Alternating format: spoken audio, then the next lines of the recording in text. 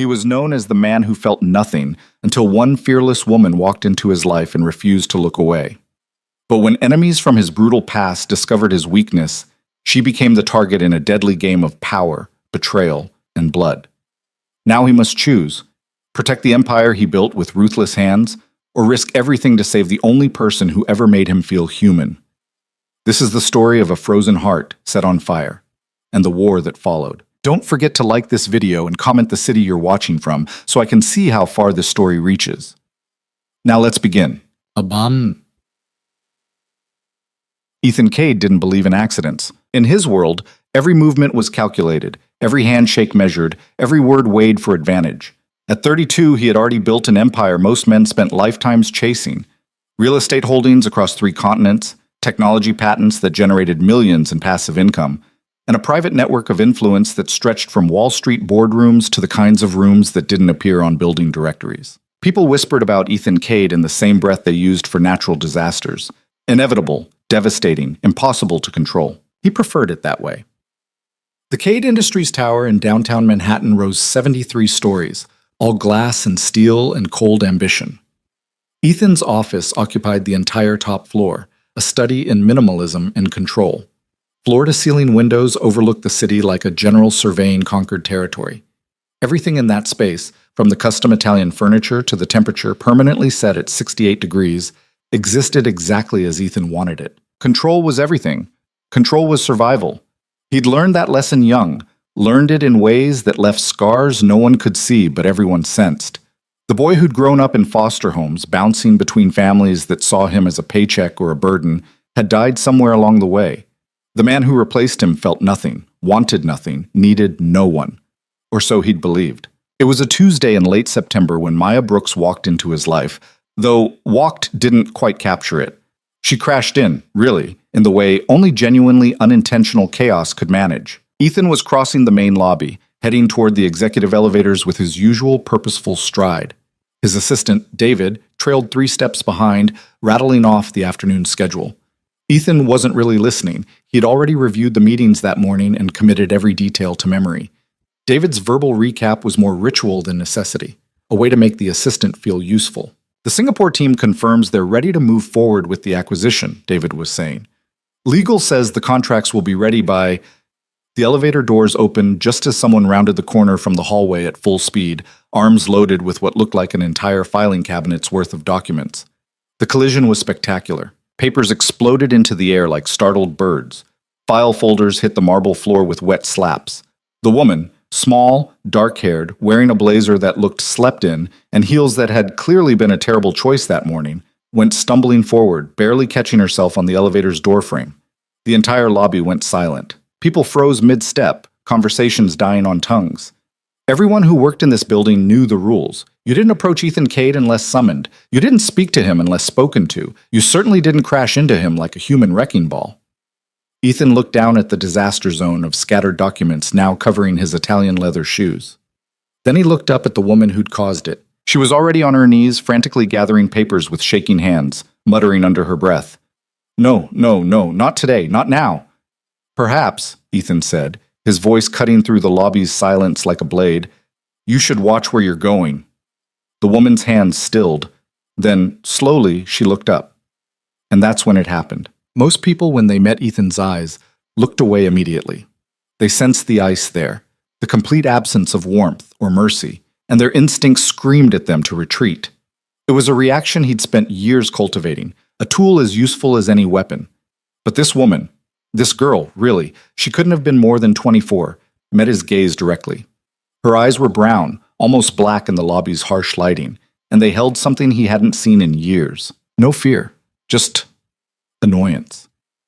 I was watching where I was going, she said, still on her knees in a spreading puddle of documents, until someone decided to stop directly in front of the elevator without warning. David made a strangled sound. Somewhere behind them, someone gasped. Ethan felt something shift in his chest, something he couldn't immediately identify. It had been so long since anyone had challenged him, even in something so trivial, that the sensation was almost foreign. You're blaming me, he said slowly, for your inability to navigate a hallway. I'm blaming you, she corrected, gathering more papers with quick, efficient movements. for not paying attention to your surroundings. But sure, we can go with your version if it makes you feel better. She said it without malice, without calculation, just honest frustration from someone having a spectacularly bad day and no longer caring about consequences. Ethan crouched down, and the movement was so unexpected that the woman actually leaned back slightly, wariness finally entering her expression. He picked up one of the folders at his feet, glancing at the tab. Quarterly Analytics Report. Third quarter projections. His eyes flicked to her face. You're an intern. It wasn't a question.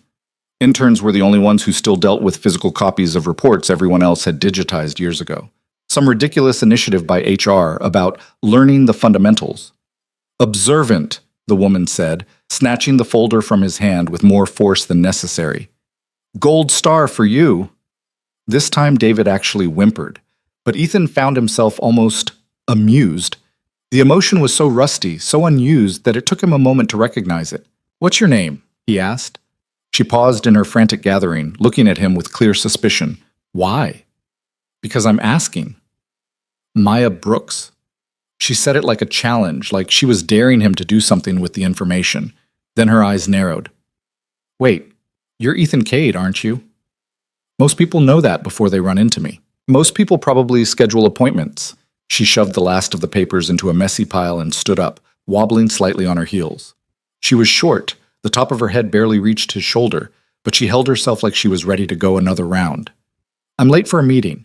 If we're done with the blame game, I need to go fix this disaster. She turned toward the stairs, apparently not trusting the elevator after their collision, and made it exactly 3 steps before Ethan spoke again. Those reports are going to the wrong department. Maya stopped, turned. Excuse me? Third quarter analytics. Ethan nodded at the mess in her arms. They're supposed to go to strategic planning on 47, but someone's sending you to finance on 32. Finance already has their copies. You're wasting your time. She stared at him. How do you possibly know that? I know everything that happens in this building. He straightened his cuffs, already losing interest. You're welcome to ignore me. I'm sure your supervisor will enjoy explaining the mistake. He could see the war happening on her face, pride versus pragmatism. It lasted about 3 seconds. 47? She asked grudgingly. Strategic planning, corner office. Ask for Jennifer Maris. Maya shifted the papers in her arms, and for just a moment something that might have been gratitude flickered across her face. Thanks. Then she was gone, disappearing into the stairwell with her disaster pile of documents and terrible heels. The lobby slowly came back to life, conversations resuming in careful whispers. David appeared at Ethan's elbow, looking like he'd aged 5 years in 5 minutes. Sir, David said carefully, should I have security? No. Ethan stepped into the elevator, pressing the button for 73. Find out who she is, background, education, who sponsored her internship, everything. Of course. Although she did say her name was everything, David. The elevator doors closed on David's nervous nod. Ethan rode up in silence, watching the city shrink below him through the glass wall. He should have been thinking about the Singapore acquisition, or the afternoon's meetings, or any of the 1,000 details that demanded his attention. Instead, he kept seeing brown eyes that refused to look away. It meant nothing, he told himself. A momentary curiosity, nothing more. By tomorrow he wouldn't even remember the incident. But that night, alone in his penthouse apartment with its perfect view and perfect silence, Ethan found himself thinking about a fearless intern who'd looked at him like he was just another obstacle in her already difficult day. And for the first time in longer than he could remember, he smiled. Maya Brooks had exactly $37 in her checking account, a maxed-out credit card, and a studio apartment in Queens that smelled permanently of the Thai restaurant downstairs. The internship at Cade Industries paid barely enough to cover subway fare and ramen, but it was supposed to be her ticket out, 6 months of brutal hours and corporate hazing in exchange for a line on her resume that would open doors. If she didn't get fired first. You ran into Ethan Cade, her roommate and best friend Zoe, said for the 15th time that night. She was lying on Maya's bed, which was also Maya's couch, which was also Maya's dining table in the 400-square-foot space Maya called home. You literally crashed into the most powerful man in the city and then argued with him. I didn't argue, Maya said, typing frantically on her laptop. She had 3 reports due by morning, and only one was halfway done. I stated facts. There's a difference. You told him to pay attention to his surroundings. He should. Zoe threw a pillow at her. You're insane. You know that, right? People get fired for making eye contact with that man. You practically called him an idiot. I didn't call him anything. Maya saved her document and reached for her coffee, which had gone cold an hour ago. She drank it anyway. Besides, he helped me. Told me I was taking the reports to the wrong floor. Probably so he could remember your name when he has security escort you out tomorrow. Maya had worried about the same thing, but she wasn't about to admit it. It's fine. He's probably already forgotten about it. Men like that don't waste time thinking about interns. She was wrong. The next morning, Maya arrived at 6:30. She always came in early, using the quiet hours to catch up on work and avoid the worst of her supervisor's attention. Margaret Chen ran the intern program like a military boot camp, and she had a special talent for spotting weakness. Maya was halfway through her second coffee when her phone buzzed. A message from an unknown internal extension. Report to 73 at 8 a.m. Don't be late. Her stomach dropped. Floor 73. Ethan Cade's floor. Okay, she muttered to herself, staring at her phone. Okay, this is fine. Maybe it's not him. Maybe it's his assistant. Maybe they need someone to organize files or pick up dry cleaning or talking to yourself again? Maya jumped, nearly spilling coffee across her keyboard. James Park, one of the other interns, leaned against her cubicle with his usual smirk. He was good-looking in an obvious way, all-expensive haircut and whiter-than-white teeth, and he never let anyone forget that his father sat on the board of directors. What do you want, James? Heard you had an interesting encounter yesterday. He picked up the stress ball from her desk, tossing it between his hands. With Ethan Cade himself, that true? Word traveled fast in this building. I spilled some papers. It wasn't a big deal. That's not what I heard. I heard you got into it with him, told him off. I didn't tell him off. We barely spoke. James leaned closer, and Maya caught the smell of expensive cologne. Look, I'm going to give you some advice, Brooks. Free of charge. Men like Ethan Cade, they don't forget insults. They collect them, store them up until they can use them. He dropped the stress ball back on her desk. Watch your back. He walked away before Maya could respond, leaving her staring at the message on her phone. At 7:55, she stepped into the executive elevator, alone. The ride to the 73rd floor felt like it took hours. The doors opened onto a space that looked nothing like the crowded, chaotic floors below. Everything here was quiet, elegant, expensive. A receptionist sat at a curved desk that probably cost more than Maya's entire education. Maya Brooks, Maya said, hating how small her voice sounded. I was told to report here at 8. The receptionist, a woman in her 40s with perfect posture and perfect hair, nodded once. Mr. Cade is expecting you. Through those doors, down the hall, last office on the right. Maya's hands were sweating. She wiped them on her skirt as she walked, her heels clicking too loudly on the marble floor. The hallway seemed to stretch forever, lined with abstract art that probably had 7-figure price tags. The last office on the right had double doors, both standing open. Maya stopped in the doorway, and her breath caught. The office was enormous, but that wasn't what struck her. It was the view.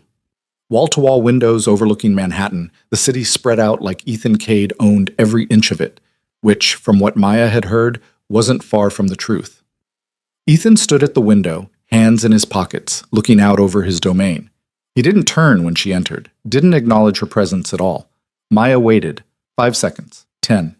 30. Finally, she cleared her throat. You wanted to see me? Close the door. It wasn't a request. Maya closed the door, very aware that she was now alone with a man who could end her career with a phone call. Ethan turned, and Maya was struck again by how utterly cold he looked. He was handsome in a severe way, sharp cheekbones, steel gray eyes, dark hair cut precisely. He wore his suit like armor, and his expression gave away absolutely nothing. Maya Brooks, he said, and hearing her name in that voice sent an odd shiver down her spine. 24. Originally from Chicago. Graduated from NYU last year with a degree in business analytics. Top of your class. Turned down 3 job offers to take an unpaid internship here. His eyes locked onto hers. Interesting choice. Maya forced herself to hold his gaze. Cade Industries looks better on a resume. True, but you could have started at those other companies immediately with actual salaries. Instead, you chose to spend 6 months making copies and fetching coffee. He tilted his head slightly. Why? Because in 5 years, those other companies won't matter. But 5 years at a firm that started here? Maya lifted her chin. That opens every door. Something flickered in Ethan's expression, too quick to identify. Ambitious. Realistic. Most people don't have the luxury of turning down paychecks for resume lines. Most people don't work 3 jobs to save enough to take the risk. It was true. Maya had spent her last year of college working herself half to death, tutoring, waitressing, freelance data analysis, all to build enough of a cushion to survive 6 months in New York with no income. It still wasn't enough, not really, but she'd make it work. She always did. Ethan moved to his desk, and Maya noticed he walked like a predator, smooth, controlled, dangerous. He picked up a file folder, flipping it open. "Your work has been noted," he said. "The analysis you did on the Meridian account last week. You found a discrepancy no one else caught." Maya blinked. She'd stayed until midnight working on that report, triple-checking her numbers because she couldn't afford mistakes. She'd submitted it directly to Margaret, never expecting anyone higher up to actually read it. "It was just an inconsistency in the revenue projections," she said carefully. "Someone had used the wrong growth model. That inconsistency would have cost us $4 million if it had gone unnoticed." Ethan closed the file. "You saved this company money. That deserves recognition." Maya's heart was pounding. "Thank you.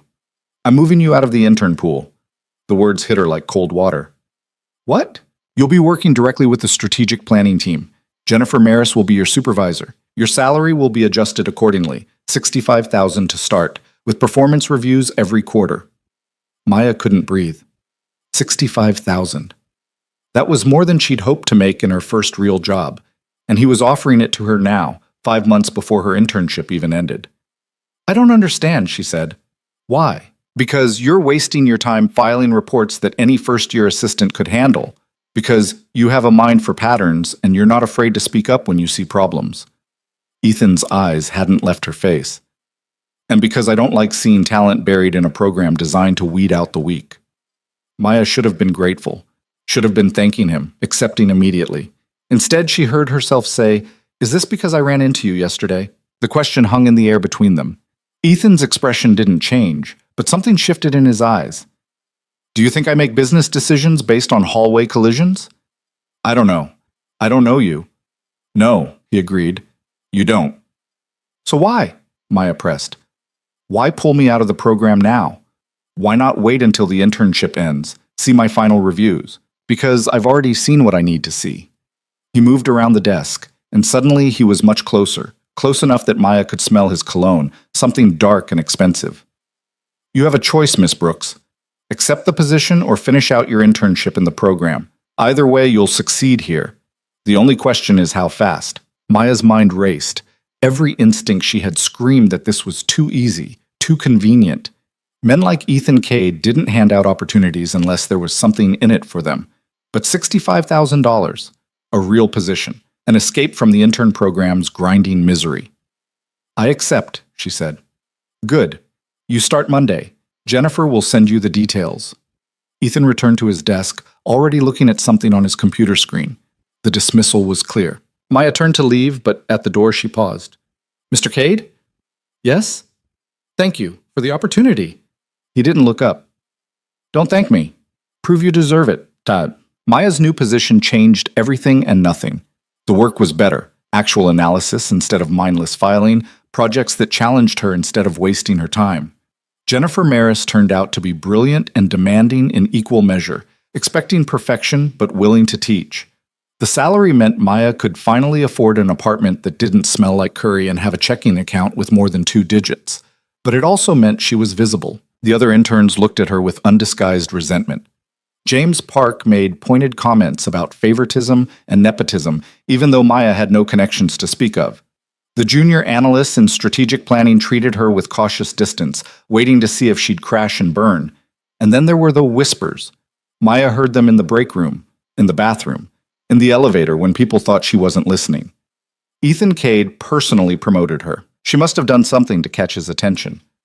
You know what they say about men like him and young women who get ahead fast? Maya tried to ignore it. She kept her head down, worked twice as hard as anyone else, and pretended the rumors didn't feel like knives between her ribs. But 3 weeks into her new position, the whispers got louder. She was working late, again, when Jennifer stopped by her desk. It was past 9, and the office was mostly empty. "Go home, Maya," Jennifer said, not unkindly. The analysis will still be here tomorrow. I just want to finish the revenue projections. Tomorrow, Jennifer repeated firmly. She hesitated, then pulled up a chair. Can I give you some advice? Maya saved her work, bracing herself. Of course. You're good at what you do, really good, but you need to be careful. Careful of what? Jennifer chose her words carefully. This company runs on perception as much as performance. And right now, people are talking. Maya's stomach tightened. About me. About why Ethan Cade took a personal interest in an intern with no connections and no history with the company. Jennifer's expression was sympathetic but firm. I don't know why he promoted you, and honestly, I don't care. I've seen your work. You're here because you're talented, but other people will make assumptions. Let them, Maya said, hearing the edge in her own voice. I can't control what people think. No, but you can control how you respond to it. Don't give them ammunition.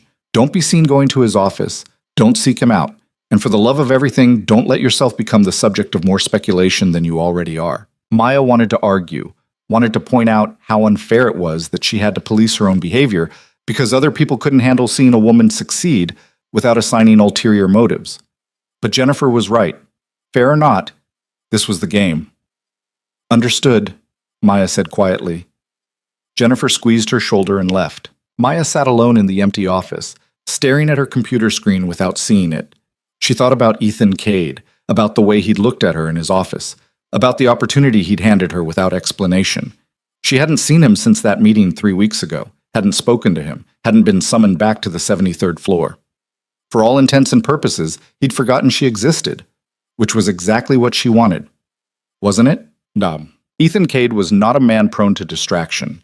He'd built his empire on focus, on the ability to see 10 moves ahead while everyone else was still figuring out the board.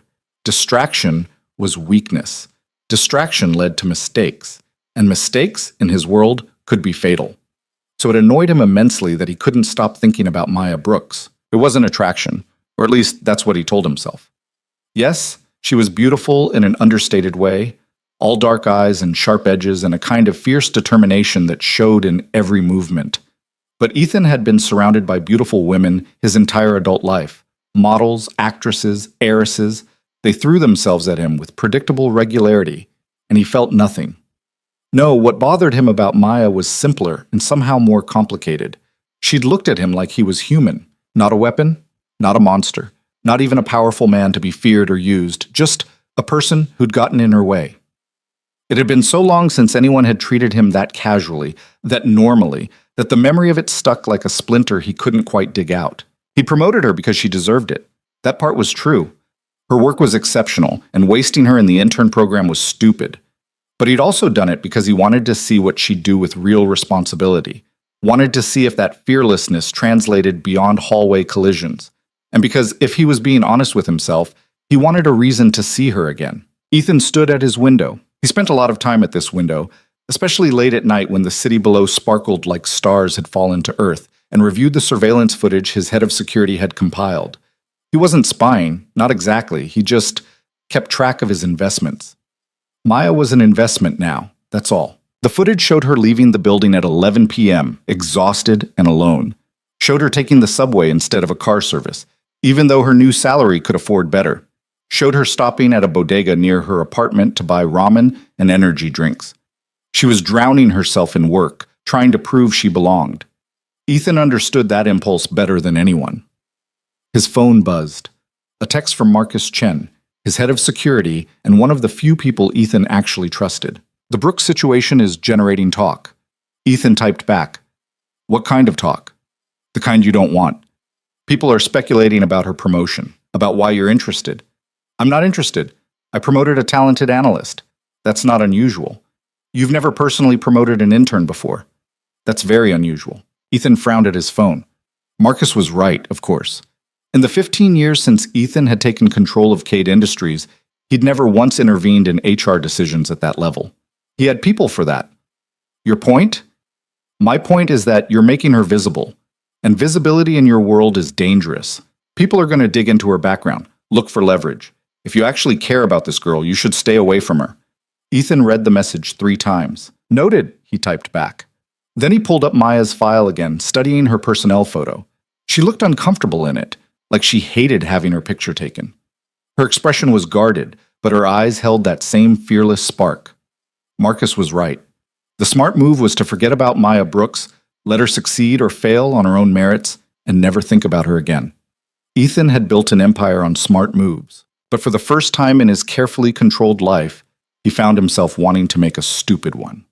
Maya's first month in strategic planning passed in a blur of spreadsheets, presentations, and carefully avoiding any situation that might put her in Ethan Cade's orbit. It should have been easy.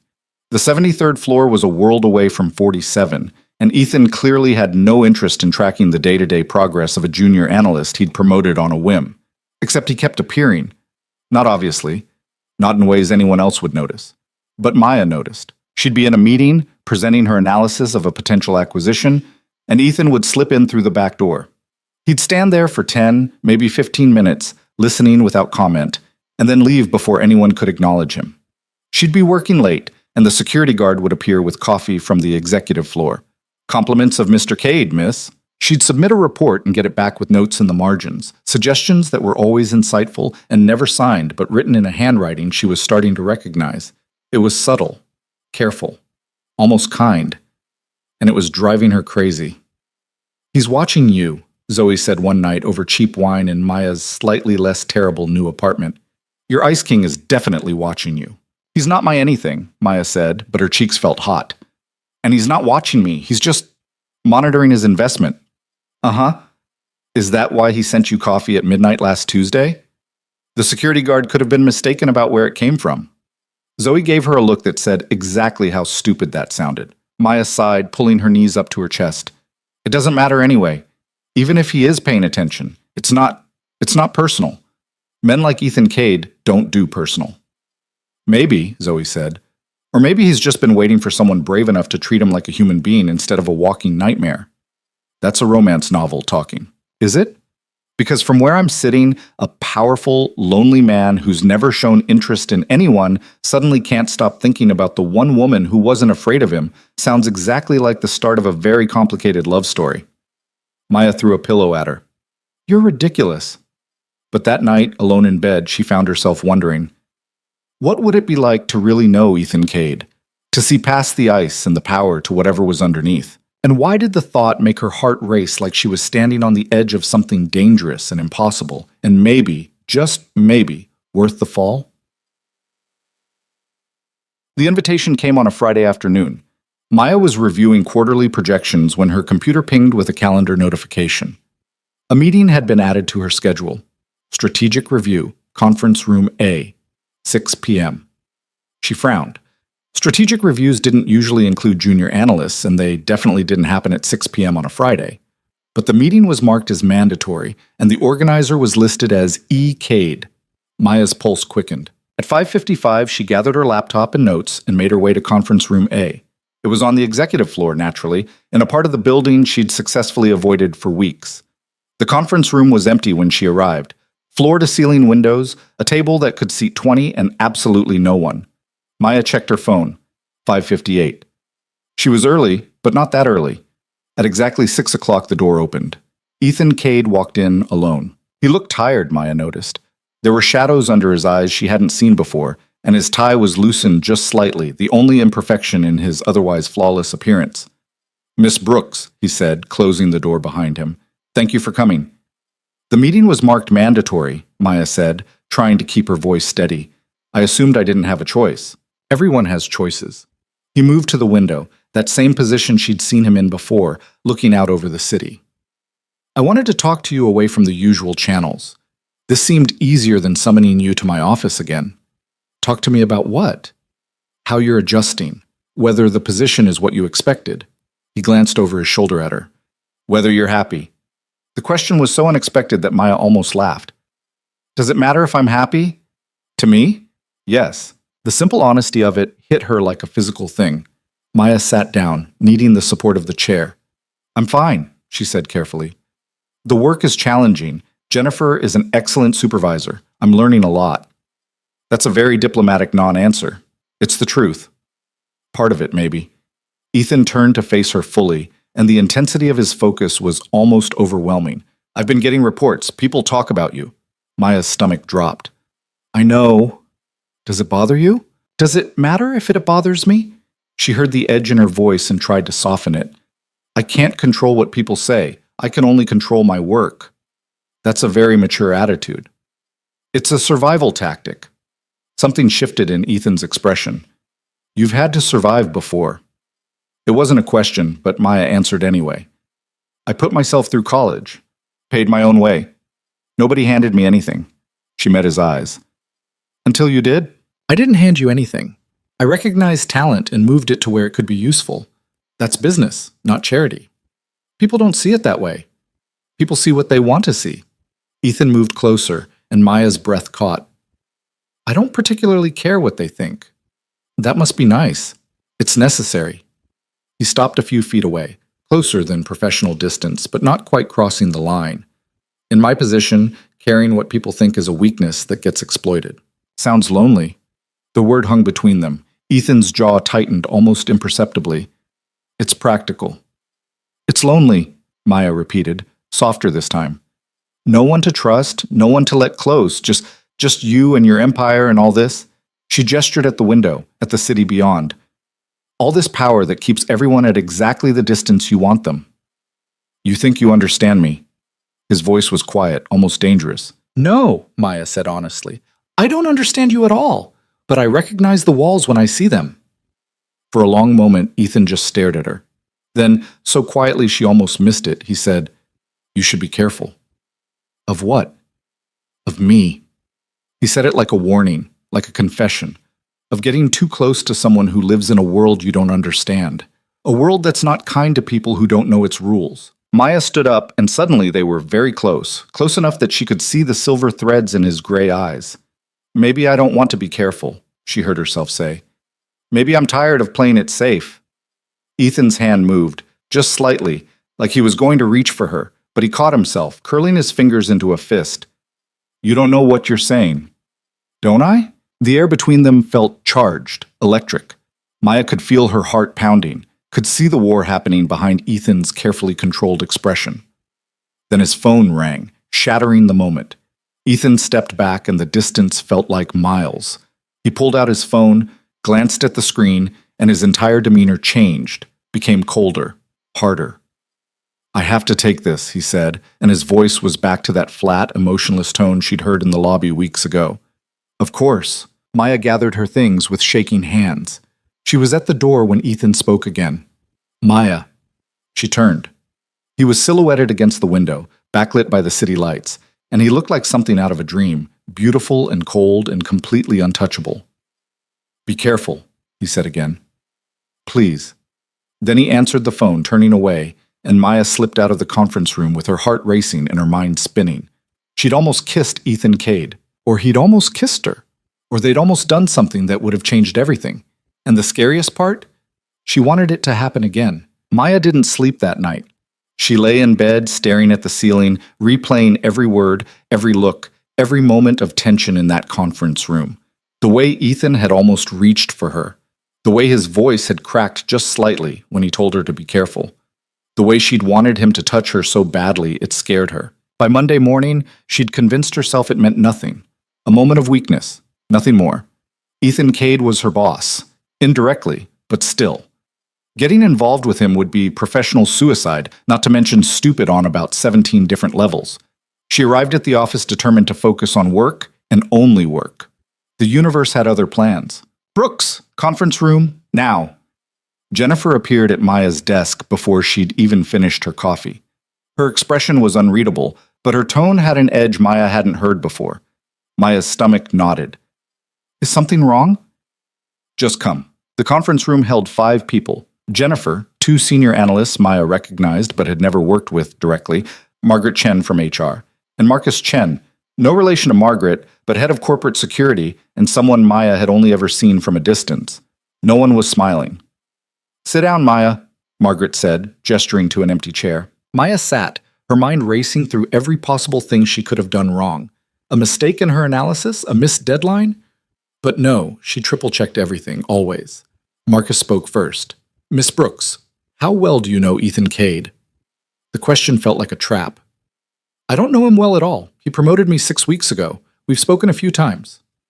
How many times exactly? I don't know, maybe 4 or 5? Maya looked between the faces staring at her. What is this about? Margaret folded her hands on the table. We've received complaints. Multiple complaints, actually. About favoritism, about inappropriate relationships between executives and subordinates, about violations of company policy. Maya's face went hot. I haven't violated any policies. I've barely even seen Mr. Cade since he promoted you without following standard procedures. One of the senior analysts cut in. His name was Robert something, and he looked at Maya like she was dirt on his shoe. Since he started sending you coffee and leaving notes on your reports, since he requested you specifically for projects that should go to analysts with more experience. I didn't ask for any of that, Maya said, hearing her voice rise. I didn't ask to be promoted. I didn't ask for his attention. I just do my job. No one's accusing you of impropriety, Jennifer said quietly, but her eyes said she wasn't entirely convinced. But the appearance of favoritism creates problems. For you, for the department, for the company. Marcus leaned forward. We need to ask you directly, Miss Brooks. Are you involved with Ethan Cade in any capacity beyond your professional relationship? No. The word came out too fast, too defensive. Have you been to his apartment? No. Has he been to yours? No. Have you had any contact with him outside of work hours or company property? Maya hesitated. The messages. There had been a few messages, nothing inappropriate, just quick questions about projects or feedback on her work. But they'd come through her personal phone, not company email. Marcus caught the hesitation. Miss Brooks? He's messaged me a few times. About work. That's all. On your personal device? Yes, but that's a violation of communication protocols, Robert said, looking satisfied.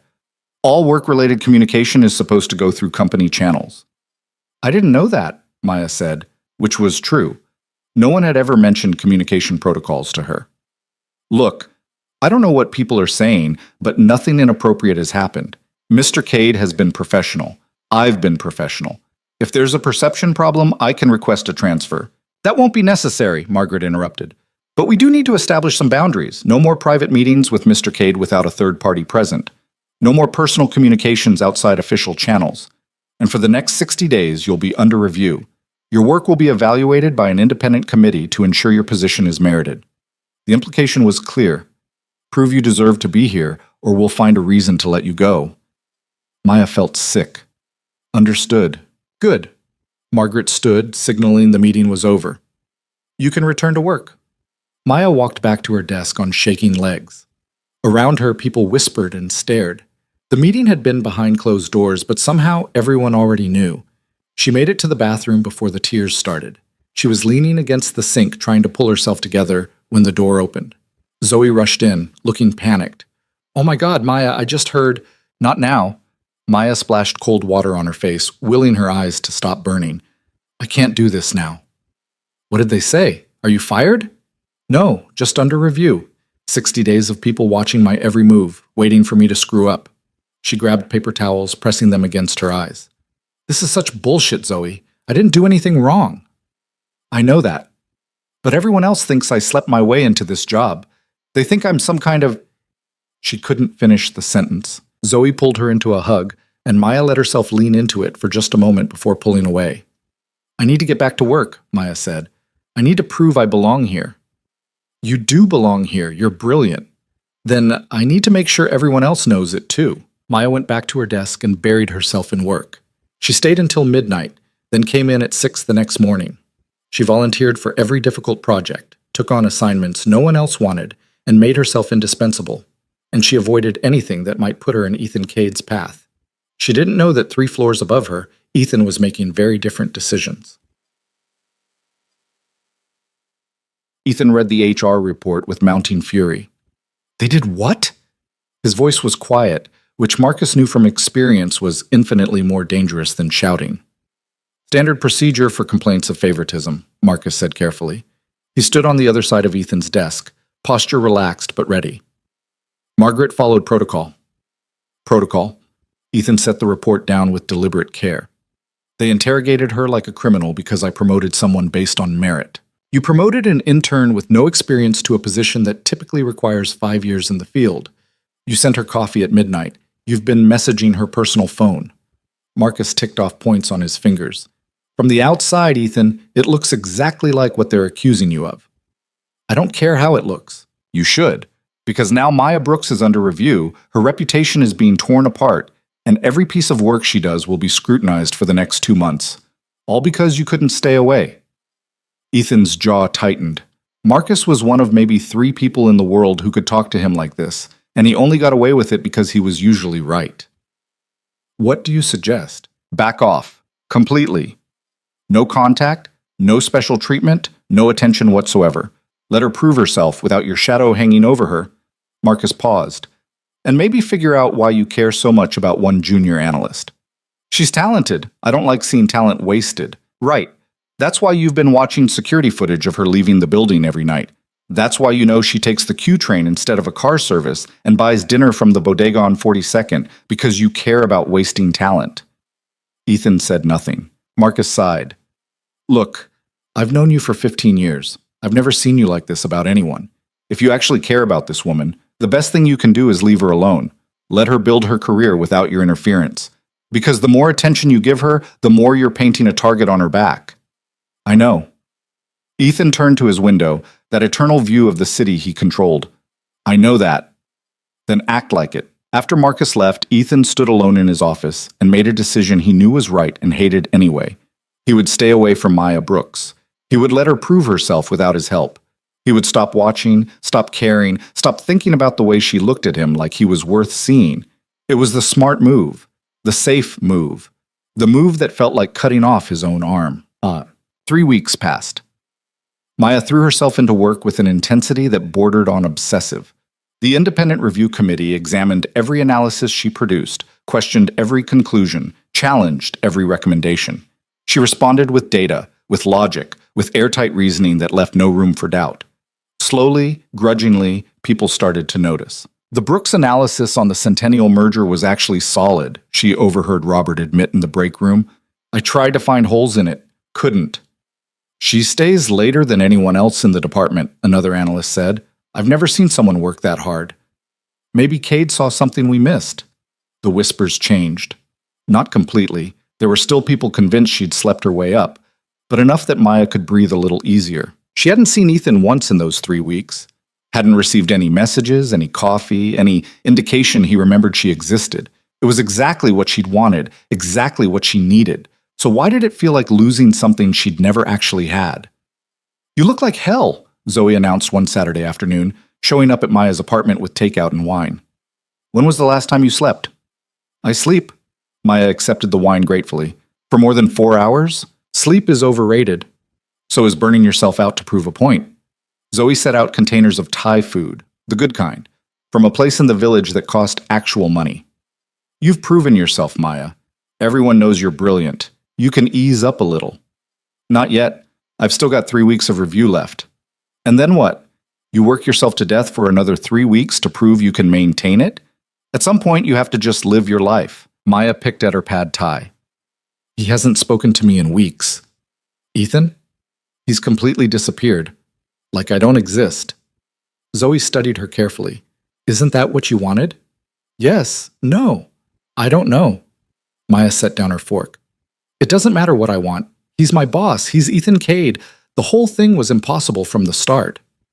Was it though? Or are you just scared? Of course I'm scared. Do you have any idea what people would do to me if they thought I was actually involved with him? The review would be nothing compared to... I'm not talking about other people. I'm talking about you.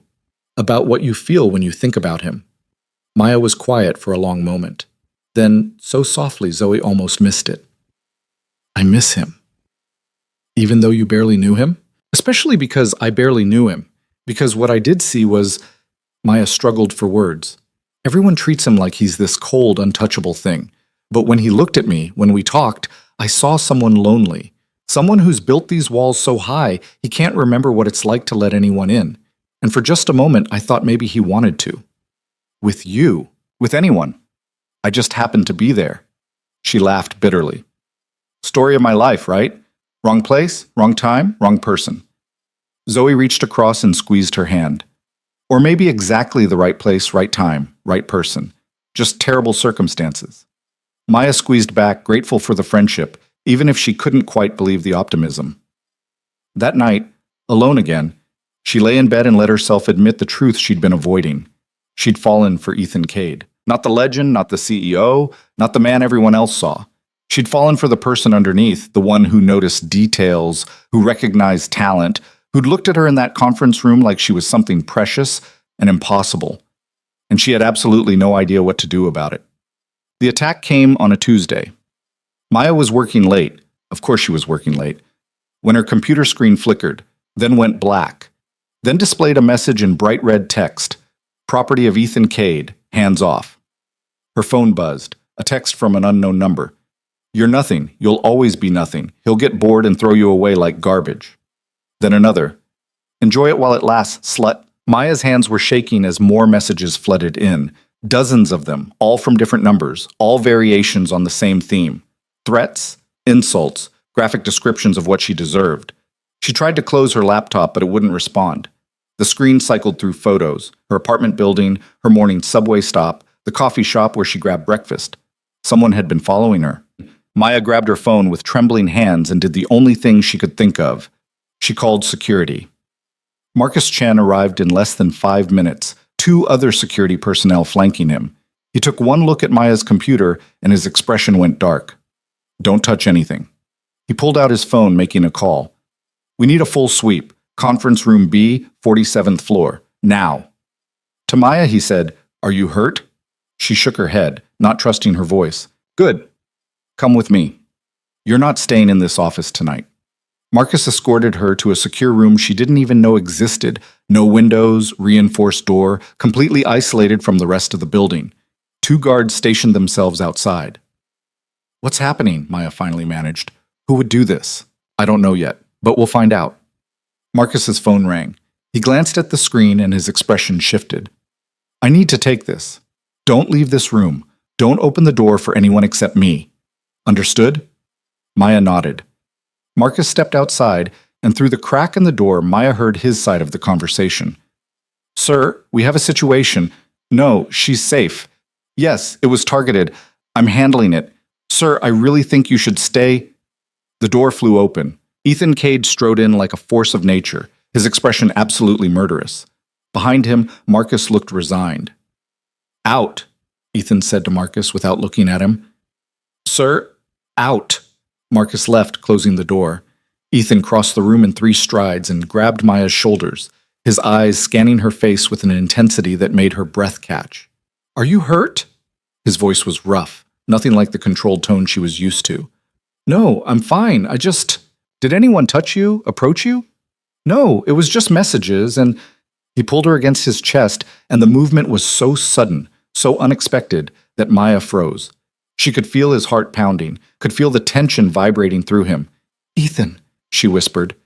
He pulled back just enough to look at her, and what she saw in his eyes made her heart stop. Raw fear, genuine terror, and underneath it all, something else. Something that looked a lot like the feeling currently tearing her apart. "I'm going to find who did this," he said, his voice low and dangerous. "And I'm going to destroy them. You can't know it was about you. It's always about me." He released her but didn't step away. "Everything in this building is about me. And if someone is using you to get to me, then yes, Maya, it's absolutely about me. This is exactly why I've been staying away," she said, finding her voice. "This is why we can't what?" The question hung between them, loaded with everything they hadn't said. "You know what? Say it. No." "Maya, because it's insane." She pushed past him, needing space to think. "You're Ethan Cade. I'm a junior analyst who's been here less than 2 months. People already think I slept my way into this job. If they knew that I—" She stopped, breathing hard. "That you what?" Ethan's voice was quiet now, dangerous in a different way. Maya turned to face him.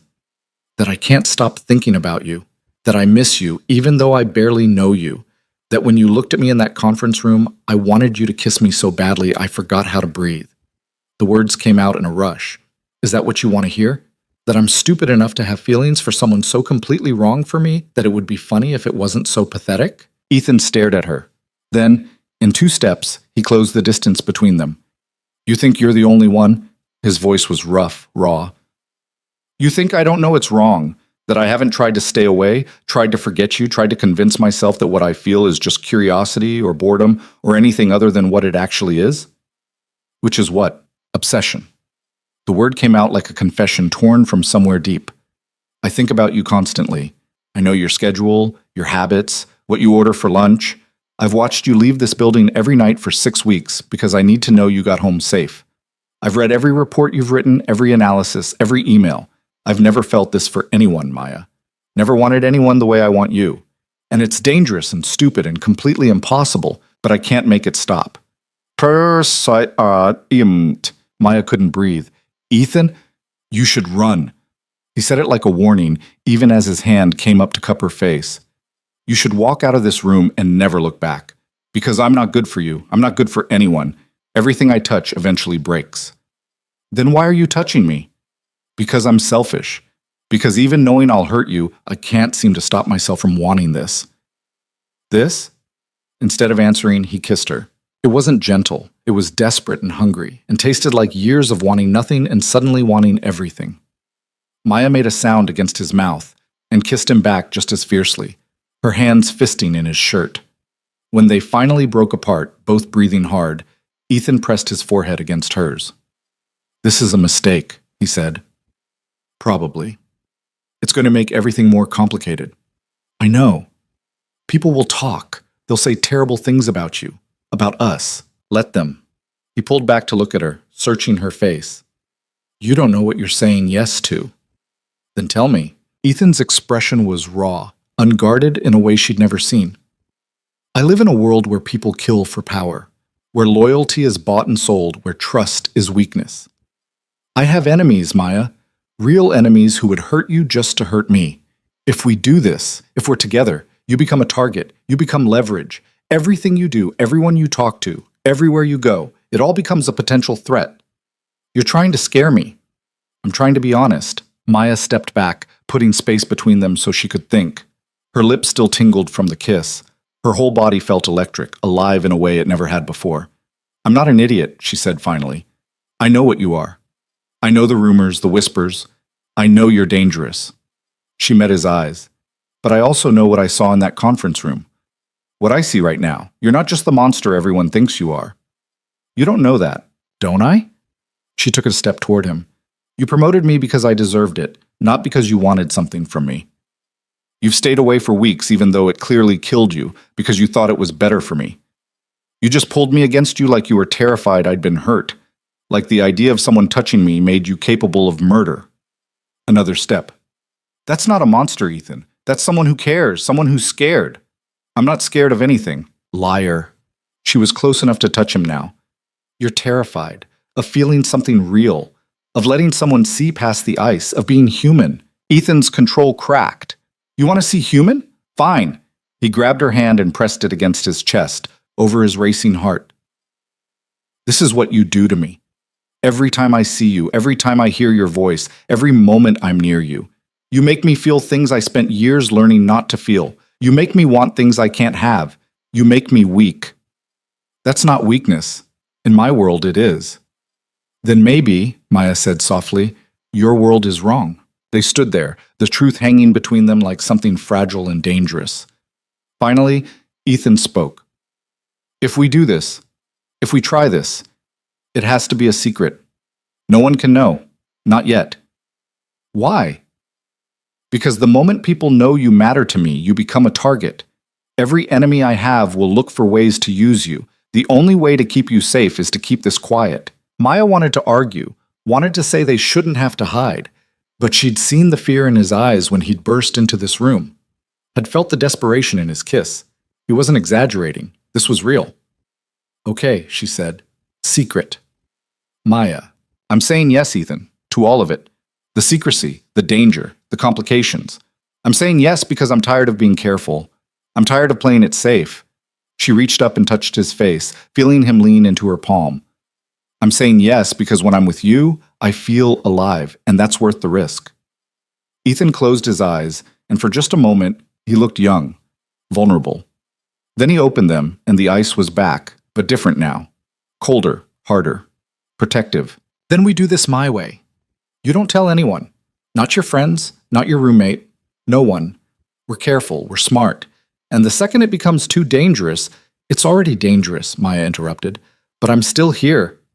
Something shifted in Ethan's expression. Something like wonder. Then he was kissing her again, and Maya stopped thinking about danger or consequences or anything except the way it felt to be in his arms. When they finally left that secure room an hour later, they left separately. Ethan first, all business and cold authority. Maya 10 minutes after, escorted by Marcus, who looked at her with an expression she couldn't quite read. He cares about you, Marcus said as they walked. More than he's cared about anyone in a very long time. I know. That makes you valuable to a lot of dangerous people. I know that too. Marcus stopped, studying her. But you're not going to walk away. No. Then you need to understand something. Ethan Cade has enemies who would burn this entire city down just to hurt him.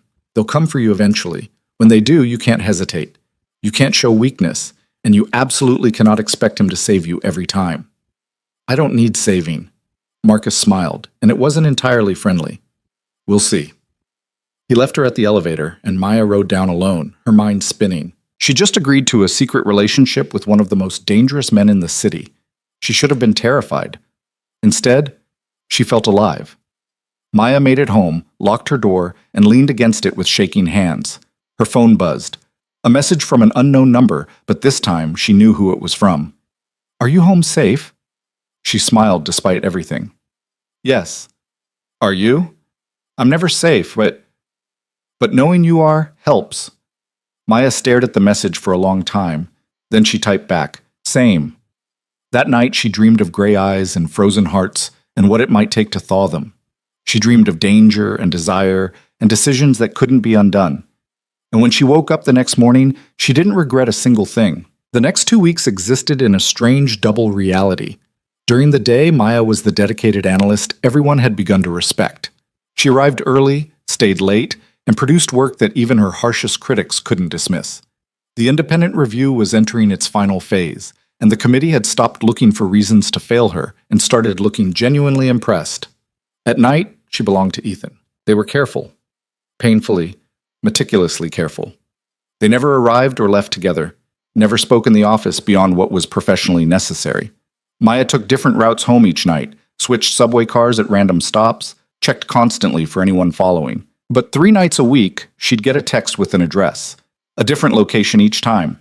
Hotel suites booked under shell companies, private apartments Ethan owned that no one knew about, once even a penthouse under construction that belonged to a project Cade Industries had acquired.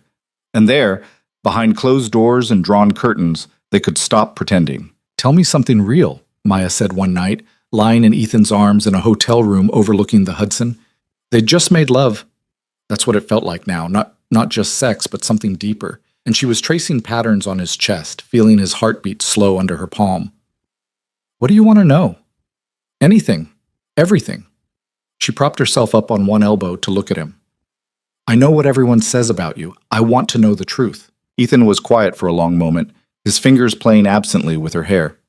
The truth is boring. Liar. He smiled slightly at that. What specifically? Why did you build all this? The empire, the power, the reputation that makes people cross the street to avoid you. Because power is safety. He said it simply, like it was obvious. When you have nothing, you're vulnerable. People can hurt you, use you, throw you away. But when you have everything, when you're the one with the power, no one can touch you. Is that what happened when you were younger? His hand stilled in her hair.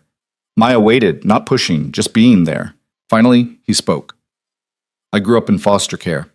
7 different homes between the ages of 6 and 16. Some were just indifferent, some were worse. His voice was carefully neutral, but Maya could feel the tension in his body. I learned early that kindness was conditional, that people only cared about you if you were useful or profitable. So I made myself useful, made myself indispensable. And the moment I was old enough, I made sure I'd never need anyone again. Maya's throat tightened. What happened when you were 16? I emancipated myself. Took the money I'd saved from working since I was 12 and invested it. Started with nothing, built it into something, then something bigger. By 25, I'd made my first million. By 30, my first billion. He looked at her then, and his eyes were dark. And I promised myself I'd never be that powerless kid again, never be at anyone's mercy. So you became the one everyone else fears? Yes. And you're alone. I was alone. His hand cupped her face. Until you crashed into my life with an armful of papers and no sense of self-preservation. Maya smiled despite the heaviness in her chest. Still think that was an accident? I don't believe in accidents, but I'm starting to believe in fate. She kissed him, soft and slow, trying to pour everything she felt into it. When they broke apart, Ethan pulled her close, and Maya tucked herself against his side. Your turn, he said. Tell me something real. Like what? Why you work so hard? Why you push yourself until you're exhausted?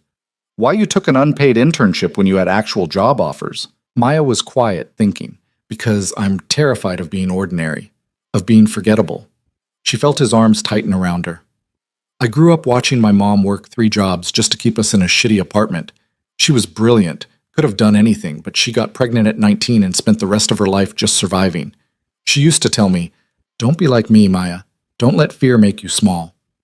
Where is she now? She died when I was 20, cancer. Maya's voice cracked slightly. And I promised her I'd be bigger than my fear. That I'd take every risk, fight for every opportunity, never settle for safe when I could have extraordinary. Is that what this is? Ethan asked quietly. Me. Us. Taking a risk? The biggest one I've ever taken. She looked up at him. But yeah, extraordinary. He kissed her forehead, and they lay there in the dark. 2 people who'd learned to survive alone trying to figure out how to be together. Maya's phone buzzed on the nightstand. She ignored it. It buzzed again. And again. You should check that, Ethan said, though he didn't release her. Reluctantly, Maya reached for her phone. 7 missed calls from Zoe. 3 urgent texts. Call me Maya. Call me now, I'm coming over. Are you home? Please tell me you're home. Maya's stomach dropped. Something's wrong. She called Zoe back and her friend picked up before the first ring finished. Oh, thank God. Where are you? Maya glanced at Ethan. I'm out. What's wrong? Have you checked your email or social media or literally anything in the past hour? No, why? Because someone leaked a story about you and Ethan Cade. The world tilted. Maya sat up, suddenly cold despite the warm room. What kind of story? The bad kind. Photos of you leaving the building late at night. Text messages. I don't know if they're real or faked, but they look intimate. An anonymous source claiming you've been having an affair with him for months, that he promoted you in exchange for sexual favors, that the whole thing is a scandal waiting to blow up. Zoe's voice was shaking. Maya, it's everywhere. Twitter, Instagram, gossip sites. Your name is trending. Maya looked at Ethan, and whatever he saw on her face made him sit up immediately. Let me call you back, Maya said, and hung up before Zoe could respond. What happened? Ethan's voice was sharp, already reaching for his own phone. Someone leaked us. Photos, messages, everything. Ethan's expression went absolutely cold. He pulled up his phone, typed rapidly, and whatever he saw made his jaw clench hard enough that Maya could see the muscle jump. Marcus, he said into the phone when his head of security answered, we have a problem. While Ethan spoke in clipped, controlled sentences, Maya pulled up Twitter on her phone with shaking hands. Her name was the 3rd trending topic. Hashtag Maya Brooks, hashtag Cade Scandal, hashtag Sleeping to the Top. The photos were damning. Maya leaving the Cade Industries building at midnight, looking exhausted and disheveled. Walking into what was clearly an expensive hotel.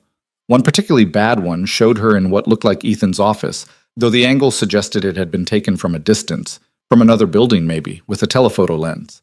The text messages were worse. Screenshots of conversations that looked exactly like the ones she and Ethan had exchanged. Some were real, some were edited just enough to seem more suggestive than they actually were. Miss you, can't stop thinking about last night. When can I see you again? And underneath it all, hundreds of comments. Gold digger.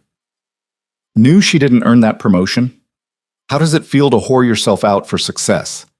Maya felt like she was drowning. Ethan ended his call and immediately pulled her against him. Look at me. She couldn't. Couldn't stop reading the vicious words, the gleeful cruelty of strangers tearing her apart. Maya, look at me. She looked up and his eyes were blazing. This is what I was afraid of, he said. This is why I wanted to keep it secret. But it's happening now and we need to deal with it. How? Her voice came out small. How do we deal with this? My career is over. Everyone will think, I don't care what they think. Neither should you. Easy for you to say. You're Ethan Cade. I'm the girl who supposedly slept her way to the top. No. His grip on her shoulders tightened. You're the woman who's brilliant enough to threaten people who've been coasting on mediocrity for years. You're the analyst who found a $4 million discrepancy no one else caught. You're Maya Brooks, and you earned every single thing you have. The internet doesn't think so. The internet is wrong. Maya wanted to believe him, but her phone kept buzzing with notifications, each one another person gleefully destroying her reputation. Who would do this? She asked. Who would leak this? Someone who wants to hurt me by hurting you, or someone who wants to hurt you directly. Ethan's expression was murderous. Marcus is pulling security footage, tracking the leak source. We'll find out who did this. And then what? Then I destroy them. He said it so calmly, so matter-of-factly, that Maya believed him completely. Her phone rang. Margaret from HR. Maya stared at the screen, her heart sinking. Don't answer it, Ethan said. I have to. If I don't, it looks like I'm guilty. Maya? But she was already answering.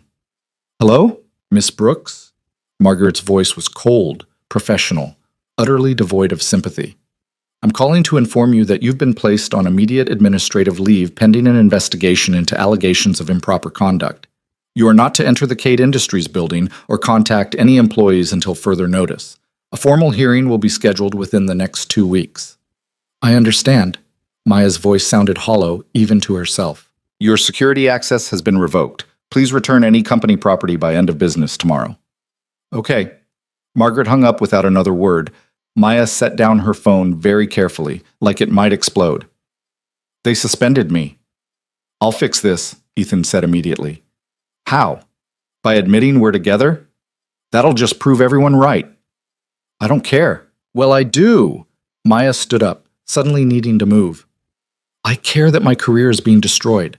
I care that everyone thinks I'm a whore who traded sex for success. I care that my mother didn't work herself to death so I could become a cautionary tale about women who sleep with their bosses. This isn't your fault, isn't it? I knew this was dangerous. You told me it was dangerous, and I said yes anyway because I was selfish and reckless, and Ethan crossed the room and grabbed her face in both hands, forcing her to look at him. Stop. This is not on you. This is someone weaponizing our relationship, and that's on me. My enemies, my world, my consequences. His thumbs brushed away tears Maya hadn't realized were falling. But I swear to you, I will find who did this, and I will make them regret it. That won't give me my career back. Then I'll give you a different one. Better. Bigger. I don't want you to give me anything. I want to earn it myself. You have earned it. Every single thing. His eyes were fierce. And anyone who says different is lying or jealous or both. Maya wanted to believe him, wanted to let his certainty be enough. But her phone kept buzzing, and the comments kept coming, and somewhere out there someone was laughing at how easy it had been to destroy her. I should go home, she said quietly, before someone spots me here. Stay. Let me... There's nothing you can do tonight, and tomorrow I need to figure out how to salvage my life. She pulled away gently. I need to think. Ethan looked like he wanted to argue, but something in her expression stopped him. I'll have Marcus take you home. Different car, different route. Thank you. Maya. He caught her hand. This isn't over. The relationship, the career, none of it. I won't let them win. Who's them? Everyone who wants to see you fail. Everyone who's threatened by what you represent. Everyone who thinks power and money can crush someone like you. His grip tightened. They're wrong, and I'm going to prove it. Maya kissed him, soft and sad, tasting like goodbye even though neither of them said it. I'll call you tomorrow, she whispered. She left before he could respond, and the look on his face as the door closed between them would haunt her for days. Marcus drove her home in silence, taking a route so convoluted Maya lost track of where they were. When they finally pulled up to her building, he spoke for the first time. He's going to burn the city down for you. You know that, right? I don't want him to. Doesn't matter what you want. It's already happening. Marcus looked at her in the rearview mirror. Question is, when the smoke clears, will you still be standing? Maya didn't have an answer. She made it upstairs to find Zoe waiting in the hallway, holding wine and looking ready to commit murder on Maya's behalf. Inside, Zoe said. Now, we need to talk about everything. They spent the next 3 hours drinking cheap wine and reading through the worst of the comments until Maya felt numb. I should have listened, Maya said around midnight, curled up on her couch while Zoe braided her hair like they were kids again. Everyone warned me, Jennifer, Marcus, my own instincts, but I thought I could handle it. You can handle it. This is just a setback. A setback? Zoe, my face is all over the internet attached to the word homewrecker. I'm suspended from my job.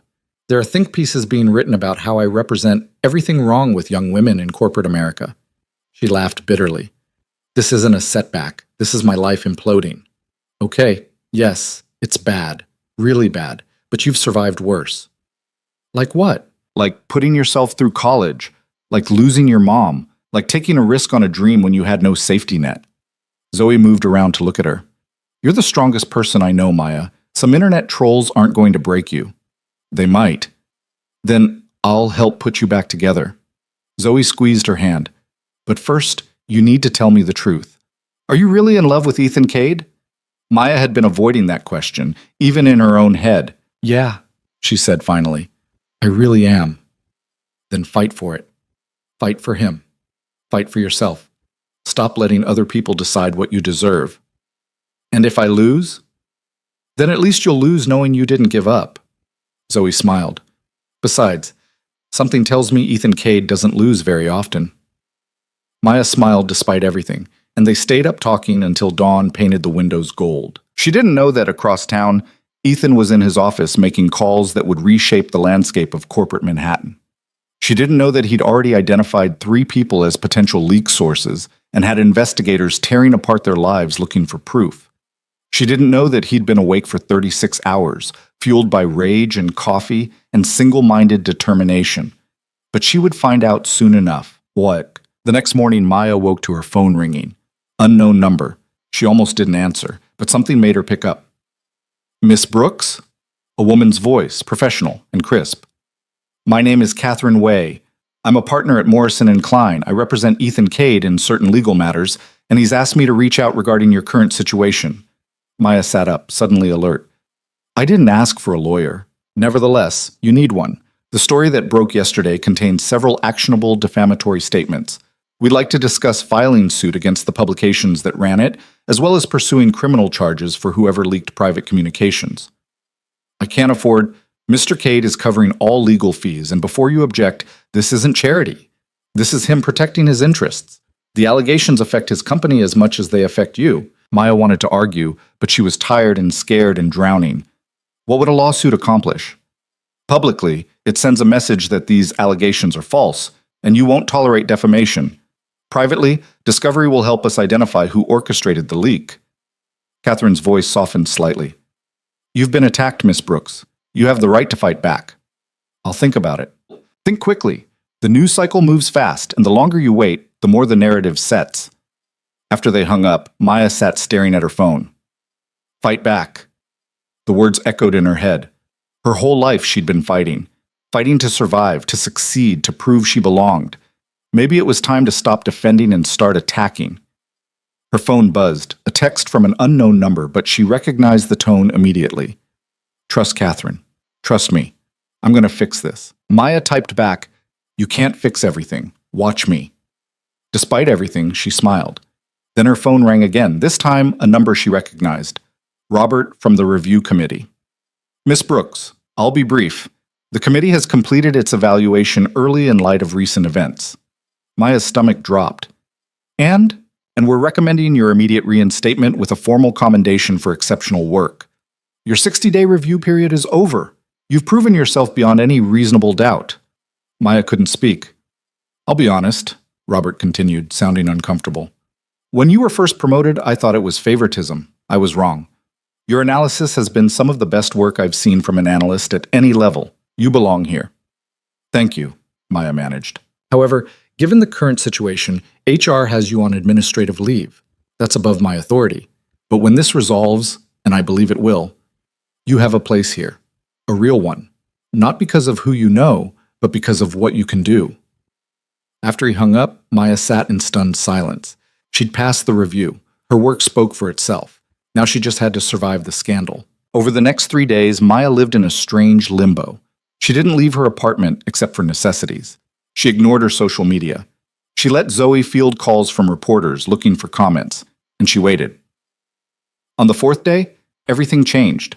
She woke to dozens of messages, all variations of the same thing. Have you seen the news? Maya pulled up her laptop, and her breath caught. The headline was everywhere. Cade Industries heiress arrested in corporate espionage scheme. Below it, photos of a woman Maya had never seen before being led out of an office building in handcuffs. The article identified her as Lena Shin, daughter of Jonathan Shin, owner of Meridian Global, one of Cade Industries' biggest competitors. Maya read through the article with shaking hands. Lena Shin had allegedly orchestrated an elaborate scheme to steal proprietary information from Cade Industries by planning operatives in the company. When that failed, she'd pivoted to a smear campaign designed to destabilize Ethan's leadership by creating scandals. The leaked photos and messages about Maya, fabricated by a team Lena had hired. The text messages were real, but doctored to seem more explicit. The photos were taken by private investigators Lena had paid to follow Maya. The article included quotes from Catherine Way, Maya's new lawyer, announcing that they would be pursuing both civil and criminal charges. And at the end, a statement from Ethan himself. Miss Brooks is an exceptional analyst who earned her position through merit and hard work. The allegations against her were false, malicious, and orchestrated by individuals attempting to damage both her reputation and mine. I'm pleased that the truth has come to light, and I look forward to seeing Miss Brooks return to work where she belongs. Maya's phone rang. Ethan, did you do this? She asked instead of hello. I told you I'd find who hurt you. Ethan, she went after you to hurt me, used my feelings for you as a weapon. Did you really think I'd let that stand? How did you even find the proof? I own half the cybersecurity firms in this city. I have investigators on retainer. I have resources you can't imagine. His voice softened, and I was motivated. Is any of it true? The espionage? Some of it. Enough to make the charges stick. The rest is just collateral damage. Maya closed her eyes. You destroyed her. Yes, because of me. Because she came after what's mine. He paused. You're mine, Maya, and I protect what's mine. The possessiveness should have scared her. Instead, it sent heat through her entire body. When can I see you? She asked. Tonight. My place.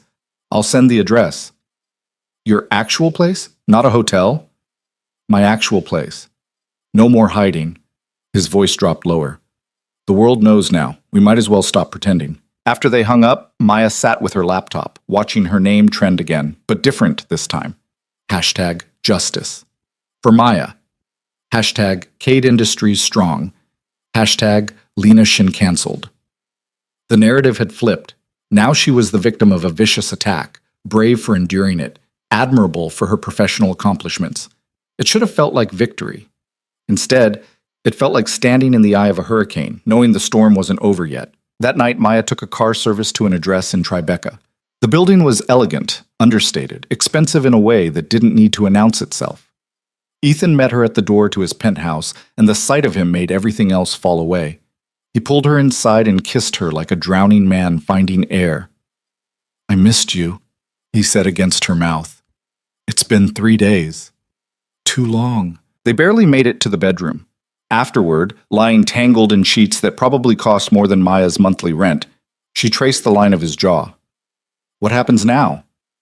Now you go back to work. You continue being brilliant. You build your career. And us? We stop hiding. Ethan rolled to face her fully. I'm done pretending I don't care. Done acting like you're not the best thing that's happened to me in years. If people want to talk, let them talk. That's a big change from secret hotels. I was trying to protect you, but someone found out anyway, and they used the secrecy against us. So we do the opposite. We're open, we're together, and anyone who has a problem with that can deal with me directly. Maya smiled. Very romantic. I'm not a romantic man. Could have fooled me. She kissed him softly. But Ethan, there's something you need to know. What? I'm not yours. She said it gently but firmly. I'm my own person. I chose you. I'm choosing you. But that's different from belonging to you. Something flickered in his expression, surprise, maybe, or realization. You're right, he said finally. I'm sorry. Don't be sorry. Just remember, She traced patterns on his chest. We're partners, equals.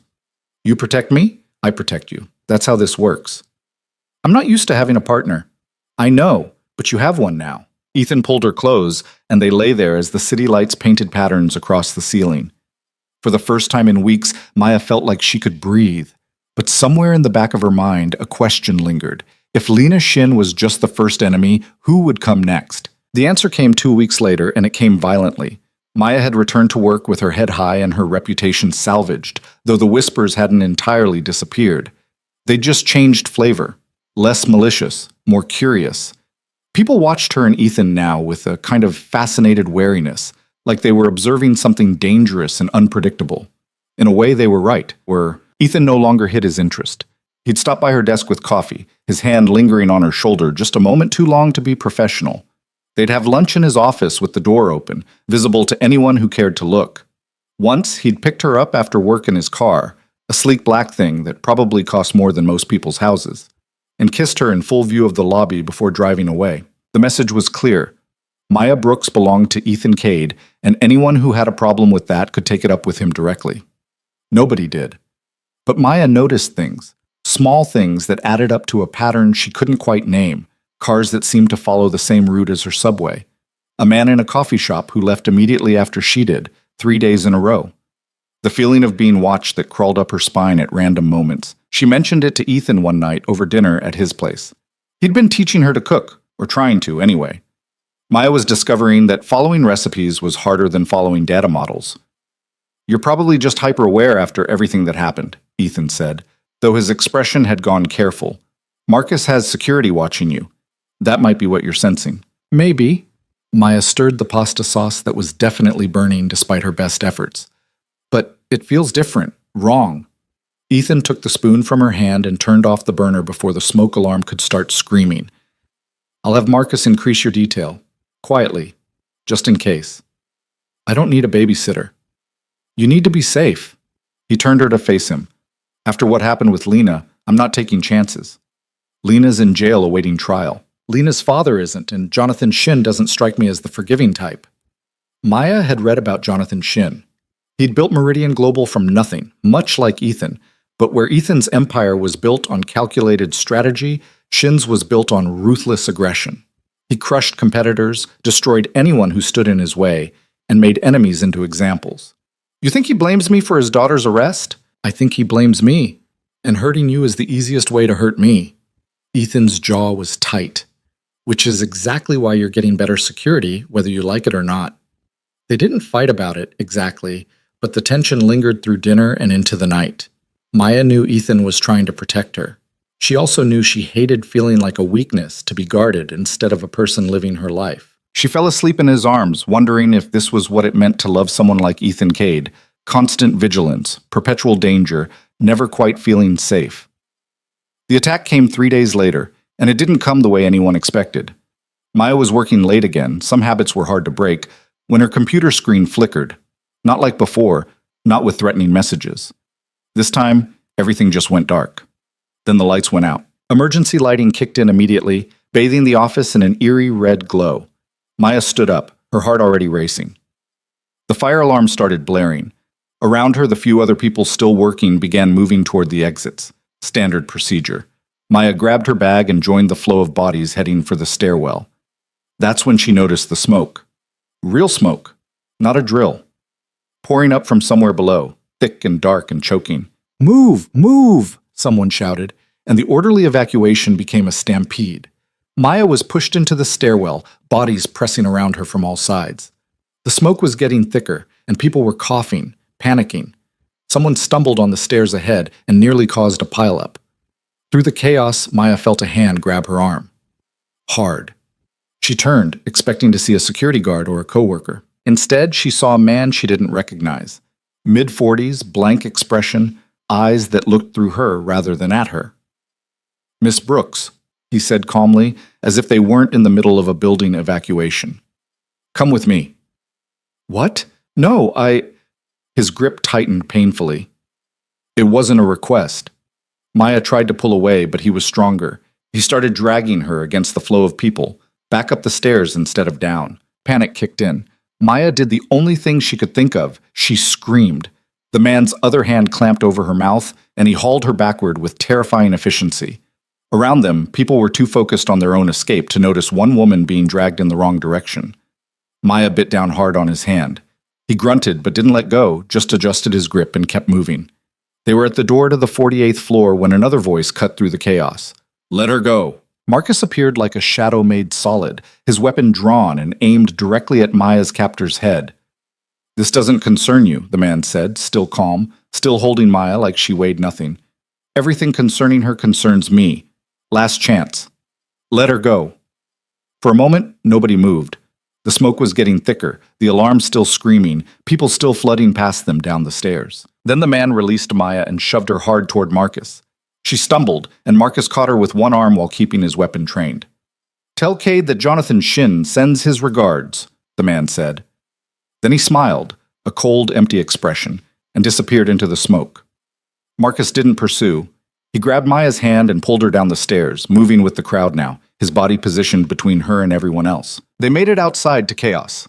Fire trucks, police cars, people everywhere. The smoke was pouring from the 32nd floor. Finance, Maya's brain registered distantly. Someone had set an actual fire.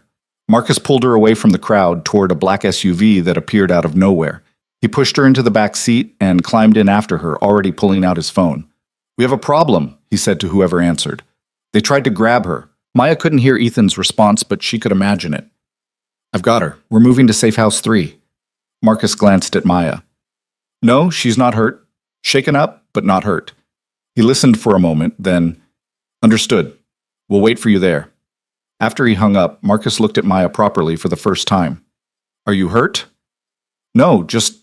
What the hell was that?" That was Jonathan Shin making a move. The fire was a distraction. The evacuation was cover. They were trying to take you.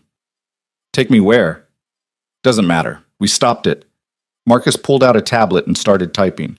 "But this changes things. You can't go home, can't go to work, can't be anywhere predictable until we neutralize the threat." "You mean until you find Jonathan Shin and do whatever Ethan does to people who cross him?" Marcus looked at her steadily. "Yes, that's exactly what I mean." They drove in silence to a building Maya didn't recognize in a neighborhood she couldn't place. Marcus led her inside through security that looked more like a military checkpoint than an apartment building, and into a penthouse that was clearly designed for exactly this purpose. No windows that opened. Reinforced doors, security cameras everywhere. A safe room with walls that probably could withstand a bomb. "Make yourself comfortable," Marcus said. "Ethan will be here soon." "How soon?" "Knowing him? He's probably breaking every traffic law in the city as we speak." It took 17 minutes. Maya heard him before she saw him, his voice cutting through the apartment, sharp and deadly. "Where is she?" Then he was there, crossing the room in 3 strides and pulling her against him so hard it almost hurt. "Are you okay? Are you hurt? Did he touch you?" "I'm fine." Marcus got there in time.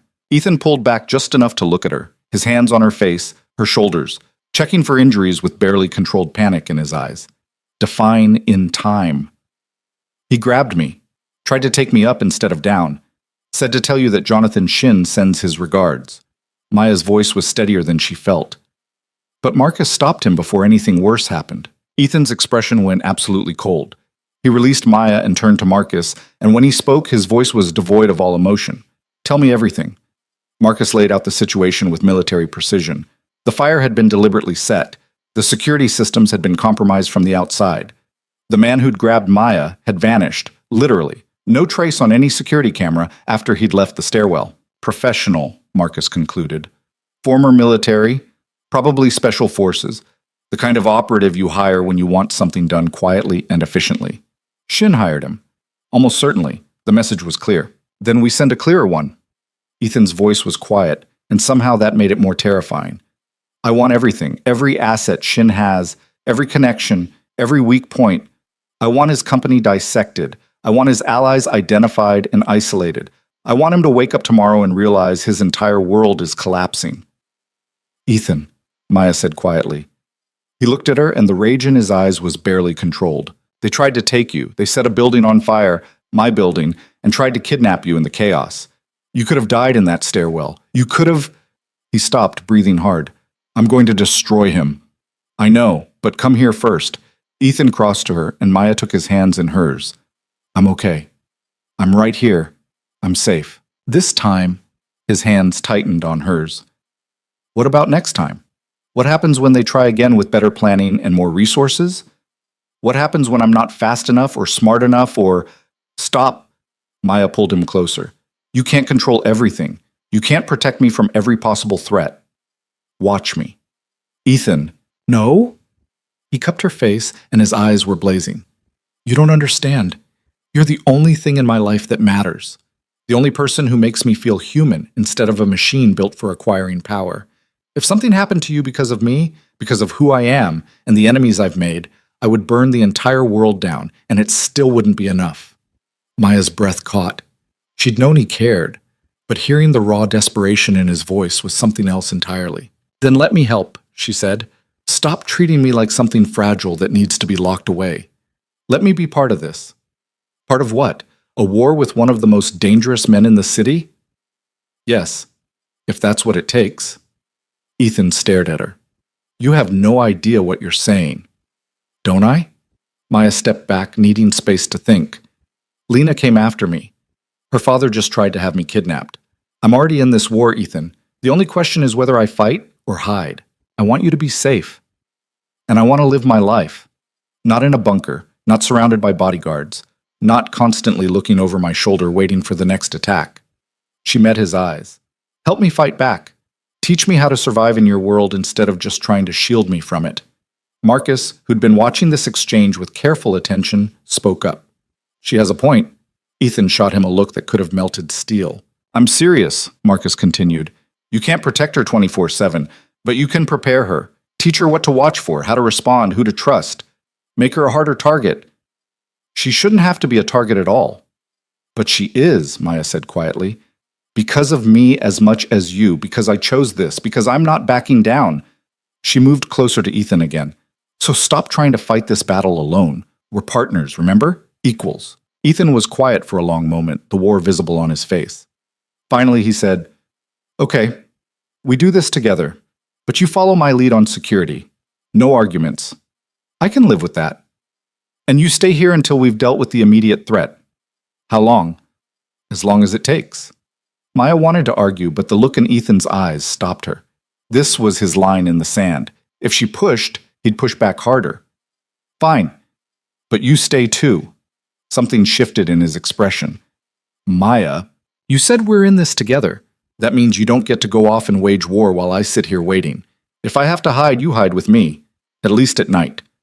Marcus made a sound that might have been a laugh. She's got you there. Ethan looked between them, then sighed. Fine. I'll work from here when possible. Deal. After Marcus left to coordinate whatever came next in Ethan's war against Jonathan Shin, Maya and Ethan were finally alone. The adrenaline was starting to fade, leaving Maya shaky and exhausted. She sat down on the couch, and Ethan sat beside her, pulling her against his side. I was terrified, he said quietly. When Marcus called, when he said someone had grabbed you, He stopped, breathing carefully. I've never been that scared in my life. I was pretty scared too, Maya admitted. That man, the way he looked at me like I was just an object to be moved, it was, you don't have to talk about it. Yes, I do. If I don't, I'll just keep seeing it every time I close my eyes. She turned to look at him. He was so calm, like kidnapping someone was just another Tuesday for him. He was a professional. They're trained to stay detached. Have you ever... Maya stopped, not sure she wanted to know the answer. Have I ever what? Done things like that. Hired people to hurt someone or take someone or... Ethan was quiet for a long time. When he finally spoke, his voice was careful. I've done things I'm not proud of. Crossed lines that most people don't even know exist. I've ruined careers, destroyed companies, made people disappear from positions of power. He paused. But I've never hurt anyone who didn't strike first. Never went after someone innocent, and I've never ever used violence as a first resort. But you've used it. Yes, Maya absorbed that. She'd known, theoretically, that Ethan was dangerous. But hearing him confirm it was different. Does that change how you see me? He asked. I don't know. Maybe. Ask me again when my brain isn't still stuck in that stairwell. Fair enough. They sat in silence for a while, just breathing together. Finally, Maya said, "What are you going to do to Jonathan Shin?" "Whatever it takes to make sure he never comes near you again." That's not an answer.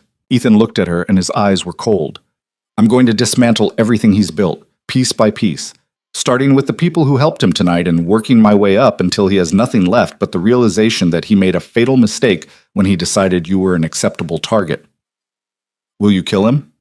Do you want me to?" The question caught her off guard. No, I don't think so, but I don't know. Then I won't. Unless he forces my hand." Ethan pulled her closer. "But I will make sure he can never threaten you again. That's non-negotiable." Maya nodded against his chest, too tired to argue or analyze or do anything but exist in this moment. "I need to sleep," she said. "Everything else can wait until tomorrow." Ethan carried her to the bedroom, an unnecessary gesture, but Maya didn't complain, and they lay down together fully clothed. As she drifted off, she heard him whisper, "I love you." She was asleep before she could respond, but in her dreams she said it back. The next morning, Maya woke to an empty bed and the sound of Ethan's voice coming from the other room. She got up, pulled on one of his shirts that was hanging in the closet, and padded out to find him on the phone. "I don't care if it's aggressive," he was saying. "I want the Meridian contracts examined for any possible violations. Environmental, labor, safety, everything. And I want it done yesterday." He saw Maya and held up a finger. 1 minute. "No, I'm not overreacting. Someone tried to kidnap my—" He stopped, glancing at Maya. "Someone important to me. So yes, I want every resource we have focused on this. Call me when you have something." He hung up and immediately crossed to her, kissing her forehead. "How are you feeling?" "Like I got hit by a truck." "How long have you been up?" "A few hours. I wanted to let you sleep." "While you started your crusade against Jonathan Shin."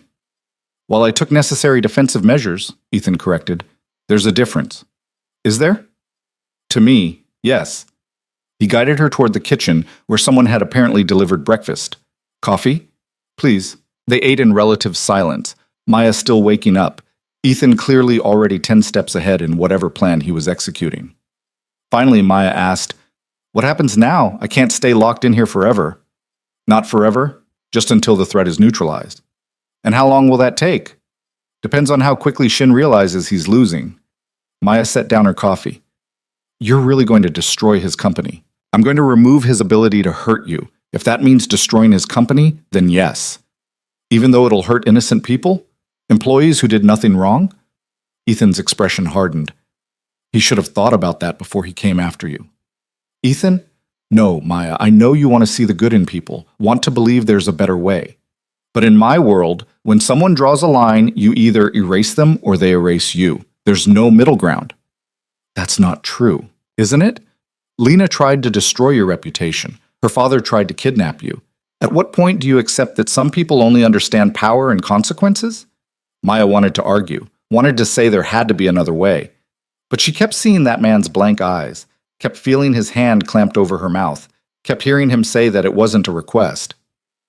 "Okay," she said finally. "Do what you need to do, but promise me something." "What?" "Promise me you won't become the thing you're fighting against. Don't let destroying him destroy you too." Ethan was quiet for a long moment. Then he took her hand, threading their fingers together. "I promise I'll try. That's the best I can offer." It's enough. The next week passed in a strange bubble. Maya stayed in the safe house, working remotely and trying not to go insane from the confinement. Ethan came and went, sometimes for hours, sometimes for days, always returning with updates that sounded like military reports. The investigation into the fire revealed code violations in 3 Meridian properties. They're facing fines and potential shutdowns. Shin's primary investor pulled out of a major deal, something about concerns over leadership stability. 2 of his board members resigned today. No explanation given, but I'm guessing they received information that made staying untenable. Each update was another piece of Jonathan Shin's empire crumbling. Maya should have felt vindicated. Instead, she just felt tired. On the 8th day, Ethan came home looking grimmer than usual. "What happened?" Maya asked immediately. Shin reached out, wants to negotiate. "Negotiate what?" "A ceasefire. He backs off, I back off, everyone walks away." Maya's heart leaped. "That's good, right? That means it's over." It means he's realized he's losing and wants to cut his losses. Ethan sat down heavily. But it doesn't mean it's over. It just means he'll be more careful next time. So don't give him a next time. Accept the ceasefire. Let it end. And if he breaks it, if he waits 6 months or a year and tries again when my guard is down, then we deal with it then. But Ethan, you've made your point. He knows not to mess with you. Isn't that enough? Ethan looked at her for a long time. You really want me to stop? I want this to be over. I want to go back to work, go home, live my life without feeling like I'm in witness protection. She moved closer to him. You won, you've won. He's broken. His company's in shambles. Everyone knows what happens when someone crosses Ethan Cade. Finishing him off now is just cruelty. He tried to take you. I know, and I'll never forget that. But I also don't want to spend the rest of my life watching you turn into someone who can't stop fighting, even when the war is over. Ethan pulled her into his lap, holding her like she might disappear. You make me better, he said quietly. And worse. Better because you remind me there's more to life than power and control.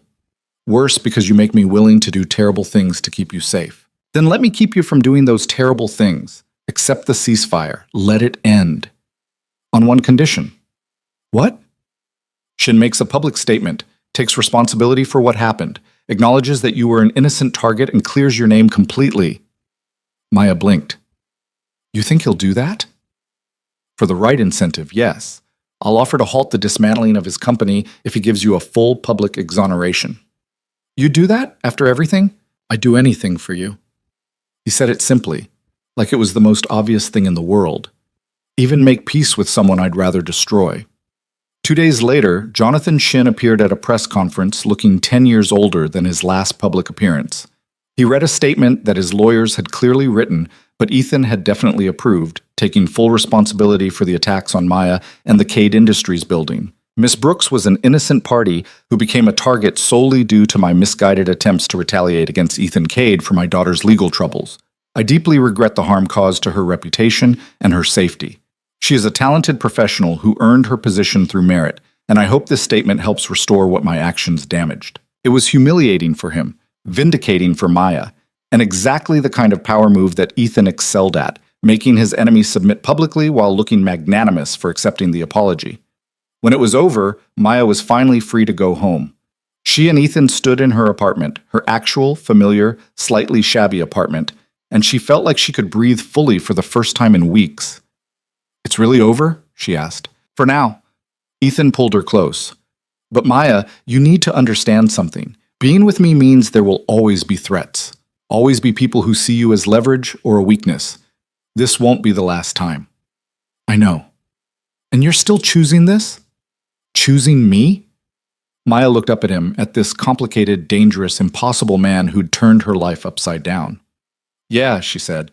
I'm still choosing you. He kissed her then, soft and deep, and full of promises neither of them could guarantee, but both of them meant anyway. Outside, the city continued its endless rhythm. Somewhere, enemies plotted and allies schemed, and the game of power continued its eternal dance. But in that moment, in that small apartment that smelled like Thai food and ambition, two people who'd learned to survive alone figured out how to be together. And that felt like its own kind of victory. Life didn't return to normal, because normal had never existed in the first place. Maya went back to work the following Monday, and the stares were different now. Not hostile, not even particularly curious. More like respectful wariness, the way people looked at someone who'd survived something they couldn't imagine surviving themselves. Jennifer pulled her aside first thing. You don't have to be here yet. HR approved extended leave if you need it. I need to work, Maya said honestly. Sitting around thinking about what happened doesn't help. Jennifer studied her for a moment, then nodded. Okay, but my door is always open, for work or otherwise.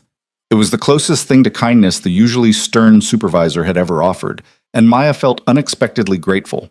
The work helped. Numbers and projections and market analysis were predictable, controllable. They made sense in a way that the rest of her life currently didn't. But even immersed in spreadsheets, Maya couldn't shake the feeling that something had fundamentally shifted. Not just in her relationship with Ethan, but in herself. She'd always been driven, always pushed herself to prove she belonged. But now there was an edge to it, a hardness that hadn't been there before. She found herself evaluating people differently, not just their competence, but their potential threat level. found herself checking exits in every room, noting who stood too close or watched too long. "You're different," Zoe observed one night over wine that had upgraded from cheap to mid-range now that Maya's salary could afford it. "Not bad different, just harder. I got attacked and almost kidnapped. That changes a person." "I know, but it's more than that." Zoe poured them both another glass. "You move differently now, like you're always ready for something to go wrong." Maya wanted to deny it, but Zoe was right. "Ethan's been teaching me things. How to read situations, how to defend myself, how to disappear if I need to. He's turning you into a mini version of himself." "No, he's teaching me how to survive in his world." Maya swirled her wine. "There's a difference." "Is there? Because from where I'm sitting, you're changing to fit his life instead of him changing to fit yours." The observation stung because it held truth. "What am I supposed to do? Pretend I don't need those skills? Pretend people aren't going to keep coming after me because of who I'm with?" "No, but you could also ask yourself if being with someone who requires you to learn combat skills and escape routes is really what you want for your life." Maya set down her glass. "You don't like him."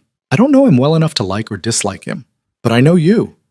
And the woman sitting across from me right now, constantly checking the door, analyzing everyone who walks by, living in a state of permanent vigilance, that's not the Maya I've known for 8 years. Maybe that Maya was naive.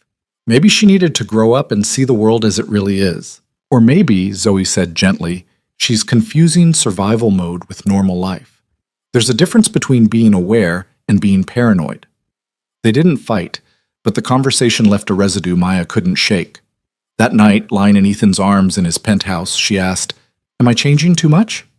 Ethan had been half asleep, but the question brought him fully awake. "What do you mean?" "Zoe says I'm different, harder, that I'm turning into you." "And you think that's a bad thing?" "I don't know." "Is it?" Ethan was quiet for a moment, his fingers tracing absent patterns on her shoulder. "When I was younger, I thought strength meant never showing weakness, never letting anyone close enough to hurt you. I built my entire life around that principle." He paused. "And I was miserable. Successful, powerful, respected, and completely alone.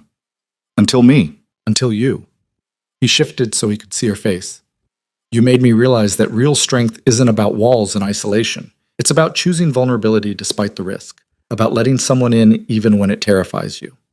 So I shouldn't be learning to protect myself?" "No, you absolutely should. The world we live in is dangerous, and being prepared isn't the same as being paranoid." He cupped her face. "But don't lose yourself in the process. Don't become so focused on surviving that you forget what you're surviving for." "And what am I surviving for?" "The life we're building. The future where we don't have to constantly look over our shoulders.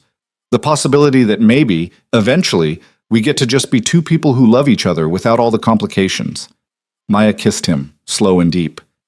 "You really think that's possible?" "I think it's worth fighting for." They made love then, tender and unhurried, and afterward Maya lay awake thinking about futures and possibilities and the difference between becoming stronger and becoming someone else entirely. The answer came to her somewhere around 3 in the morning. She could learn Ethan's lessons without losing herself, could be prepared without being paranoid, could adapt to his world while still holding on to the parts of herself that had made him fall for her in the first place. It was a balance, like everything else in this impossible relationship. The real test came 6 weeks later. Maya was in a meeting with the executive team. She'd been promoted again, this time to senior analyst with a seat in strategy discussions, when David burst in looking pale. "I'm sorry to interrupt, but we have a situation." Everyone looked at Ethan, who'd been leading the meeting. His expression went carefully blank. "What kind of situation?" "The kind that requires immediate attention, sir." The emphasis on that last word made Maya's stomach drop. Whatever this was, it was bad. Ethan stood smoothly. "We'll reconvene this afternoon. David, with me. Maya." He caught himself, glancing at the other executives watching with sharp interest.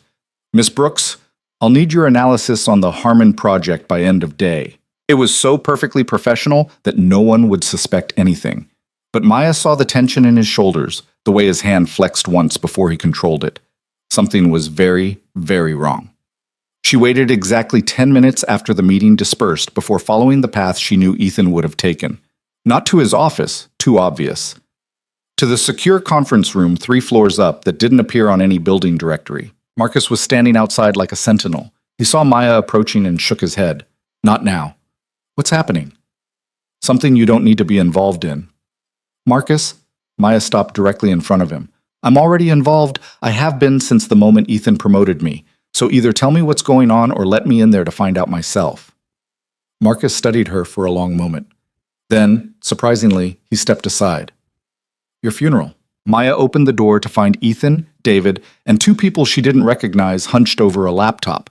The screen showed what looked like financial records, and everyone's faces were grim.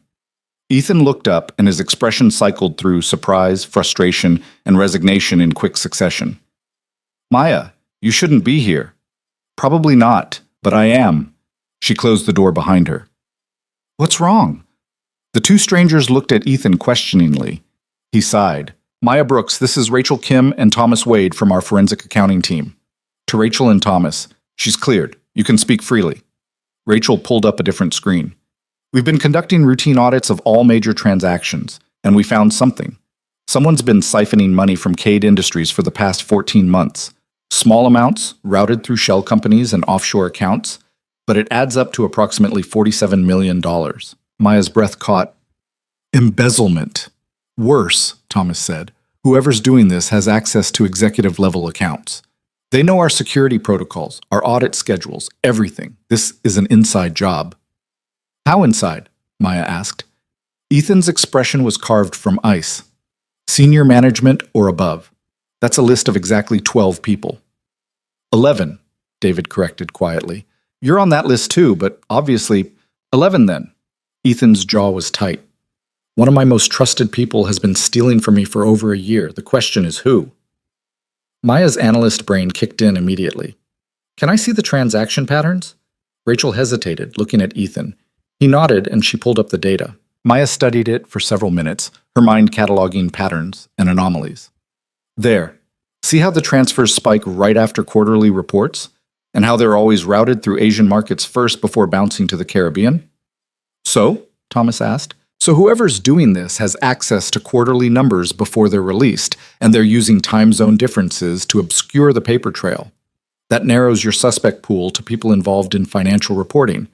She looked at Ethan. How many of your 11 senior managers are directly involved in quarterly reports? 4. CFO, controller, head of finance, and VP of strategic planning. Jennifer, Maya said, and her heart sank. Ethan's expression confirmed her fear. It's not confirmed. We need more evidence. But over the next 3 hours of digging, the evidence became undeniable. Jennifer Maris, Maya's supervisor and mentor, the woman who'd defended her and taught her and made her better. She'd been systematically stealing from Cade Industries for over a year. Why? Maya asked when they finally had enough proof to be certain. She makes excellent money. She's respected. Why risk everything? Gambling debts, Rachel said, pulling up another file. She's been using offshore casinos, lost nearly $60 million in the past 2 years. The embezzlement was probably meant to cover her losses before anyone noticed.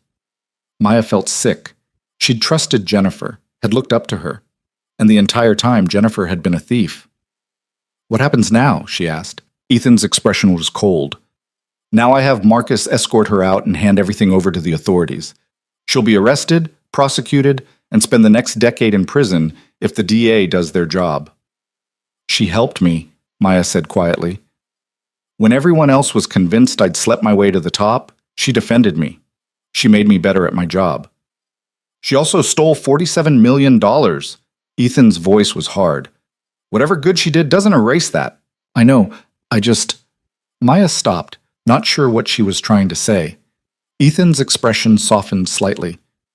You can care about someone and still hold them accountable. The two aren't mutually exclusive. Feels like they should be mutually exclusive right now. Welcome to the complicated reality of running an empire. He stood, signaling the end of the meeting. Rachel, Thomas, compile everything for legal. David, arrange for the authorities to be here in 2 hours. I want this handled quickly and by the book. No room for her lawyers to claim impropriety. Everyone scattered to their tasks, leaving Maya alone with Ethan. I'm sorry, he said. I know she meant something to you. She was one of the few people who treated me like I deserved to be here. Maya's voice cracked slightly. And the whole time she was a criminal. People are complicated. They can be kind and cruel, helpful and harmful, often simultaneously. He pulled her into his arms. That's the hardest lesson of all. That very few people are entirely good or entirely bad. Most of us exist in the gray areas, doing the best we can and sometimes failing spectacularly. Maya held on to him, taking comfort in his solid presence. Is that how you see yourself? Gray? I see myself as someone who's done terrible things for what I believed were good reasons. Whether that makes me gray or just good at justifying my choices, I honestly don't know. But you keep trying to be better. Because of you. Before you, I didn't care about being better, I just cared about being successful. He pulled back to look at her. You changed that. Changed me. They stood there for a moment, two imperfect people trying to figure out how to be good together. Then Ethan's phone rang, and reality crashed back in. Watching Jennifer be led out of the building in handcuffs 2 hours later was one of the hardest things Maya had ever done. Jennifer saw her standing there, and something complicated flickered across her face. Shame, defiance, regret, anger, all mixed together. I'm sorry, Jennifer said as she passed. For what it's worth, you really did earn your place here. That part was real. Then she was gone, and Maya was left standing in the lobby, feeling like the ground had shifted beneath her feet again. That night, she and Ethan sat on his balcony overlooking the city, both too wired to sleep. Does it ever get easier? Maya asked. Watching people you trusted betray you? No, you just get better at expecting it. Ethan took a drink of whatever expensive whiskey he'd poured. That's the loneliness of power. The higher you climb, the more people have reasons to want what you have, and sometimes those people are the ones closest to you. That's a depressing worldview. It's a realistic one. Maybe. Or maybe it's a self-fulfilling prophecy. You expect betrayal, so you see it everywhere, even in people who are genuinely loyal. Ethan was quiet for a moment. You think I'm too cynical. I think you're scarred, and I understand why. But I also think constantly waiting for betrayal is no way to live. What's the alternative? Blind trust? No, smart trust. Being aware without being paranoid. Preparing for the worst while hoping for the best. She took his hand. Living like every person in your life is a potential enemy is exhausting. At some point, you have to decide who's worth the risk of trusting. I trust you. I know. But I'm not talking about me. I'm talking about everyone else. Marcus, David, the people who've worked for you for years without giving you reason to doubt them. At some point, you have to let yourself believe that maybe, just maybe, some people are exactly who they seem to be. Ethan pulled her closer, tucking her against his side. You make it sound simple. It's not simple, but it's necessary. Because the alternative is spending your whole life alone at the top, surrounded by people you can never fully trust. And that's not living. That's just existing. They sat in silence for a while, watching the city lights. Finally, Ethan said, I'll try. To be less cynical, to trust more. But you have to promise me something in return. What? Don't let my world make you as hard as it made me. Don't lose the part of yourself that still believes people are fundamentally good. Because that's what I love most about you. You've seen the worst of what people can do, and you still choose hope. Maya kissed him, tasting whiskey and truth. Deal. You work on trusting more. I'll work on not losing my optimism. We'll meet somewhere in the middle. The middle sounds good. The weeks that followed were strange. Jennifer's arrest made headlines, and Maya found herself fielding questions from reporters she'd learned to ignore. The department was in chaos, reorganizing under new leadership while everyone processed the betrayal. But something unexpected happened. Without Jennifer's complicated presence, without the shadow of suspicion hanging over her relationship with Ethan, Maya found herself settling into a role with new confidence. She wasn't the intern who'd lucked into a promotion anymore. She was a senior analyst who'd proven herself through multiple crises and come out stronger. The whispers finally, truly stopped. People sought her out for advice on projects. Junior analysts looked to her as a mentor. Even the executives who'd once dismissed her started taking her recommendations seriously. 3 months after Jennifer's arrest, Ethan called her into his office for a meeting that felt oddly formal. Sit, he said, gesturing to the chair across from his desk. Maya sat, curious. They usually didn't do the formal office thing anymore. Their relationship was public knowledge, accepted if not exactly celebrated, and they'd found a balance between professional and personal that worked. I have an offer for you, Ethan said, and his tone was pure business. Head of strategic planning, Jennifer's old position, but with expanded responsibilities and a seat on the executive board. Maya's breath caught. That's That's a huge promotion. It's a recognition of your abilities. You've proven yourself capable not just of analysis, but of leadership. The department respects you, I respect you, and frankly, you're the best person for the job. People will talk. People always talk, but they'll be wrong, and we both know it. You've earned this 10 times over. He leaned forward. But I need you to understand something. If you take this position, it changes our dynamic. You'll be on the executive board, which means you'll be privy to information and decisions that affect the entire company. That's a level of responsibility and scrutiny that will be intense. Are you trying to talk me out of it? I'm making sure you know what you're saying yes to. Because once you're on the board, you're not just my girlfriend who works for the company. You're a key decision maker in one of the most powerful corporations in the city. That target on your back? It gets bigger. Maya thought about it.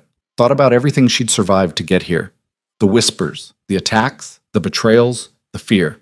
And she thought about the promise she'd made to her mother, to be bigger than her fear, to take every opportunity, fight for every chance, never settle for safe when she could have extraordinary. I accept, she said. Ethan smiled, and it was proud and relieved and something deeper she couldn't quite name. I was hoping you'd say that. Were you? You've been ready for this role for months. I was just waiting for you to see it too. The announcement was made the next day, and to Maya's surprise, the reaction was mostly positive. A few people grumbled about nepotism, but even they couldn't deny that Maya had proven herself capable. Her first board meeting was terrifying.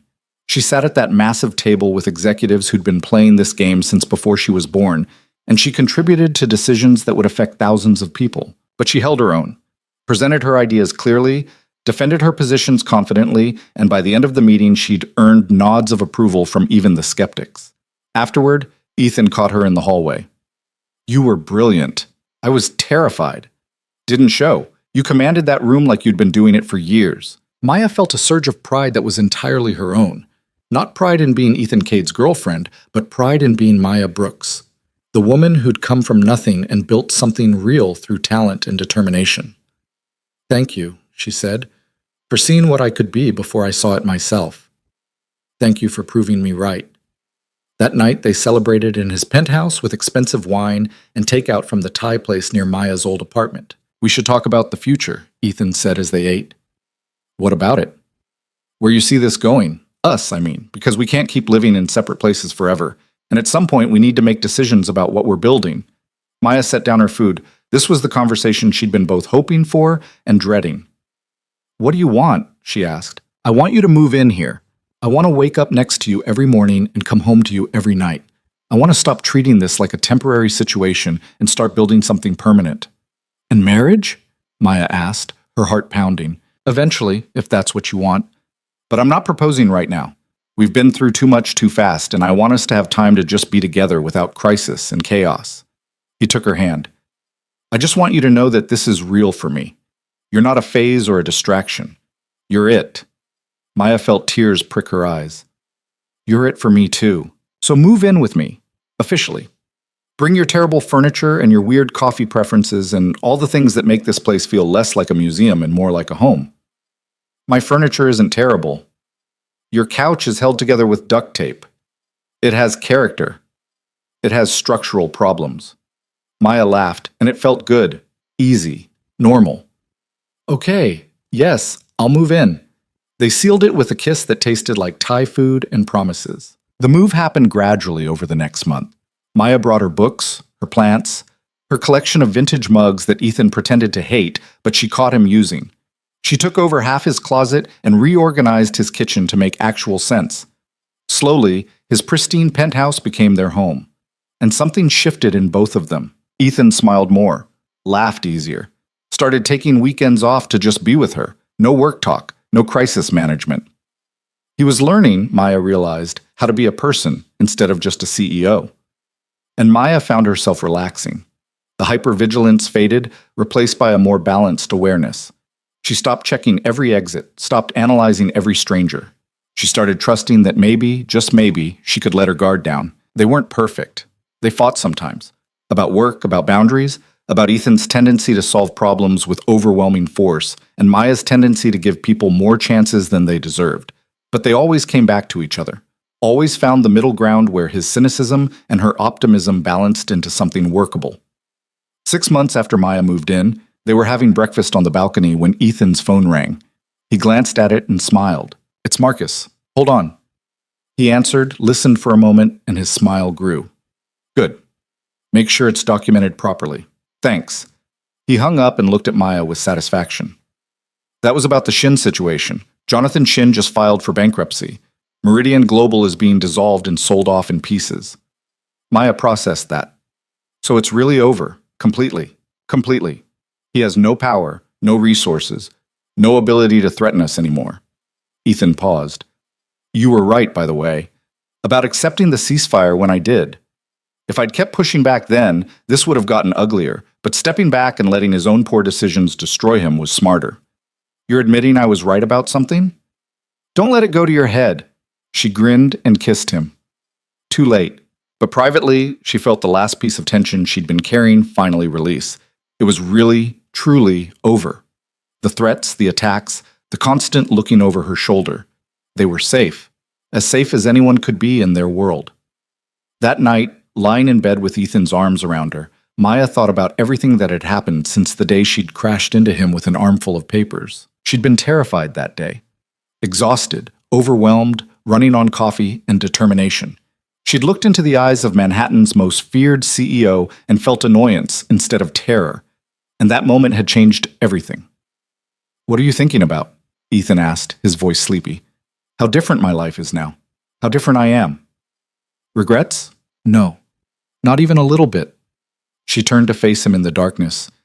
"Do you remember what you told me that first night we were together? That you'd never felt this way about anyone?" "I remember." "I didn't believe you then.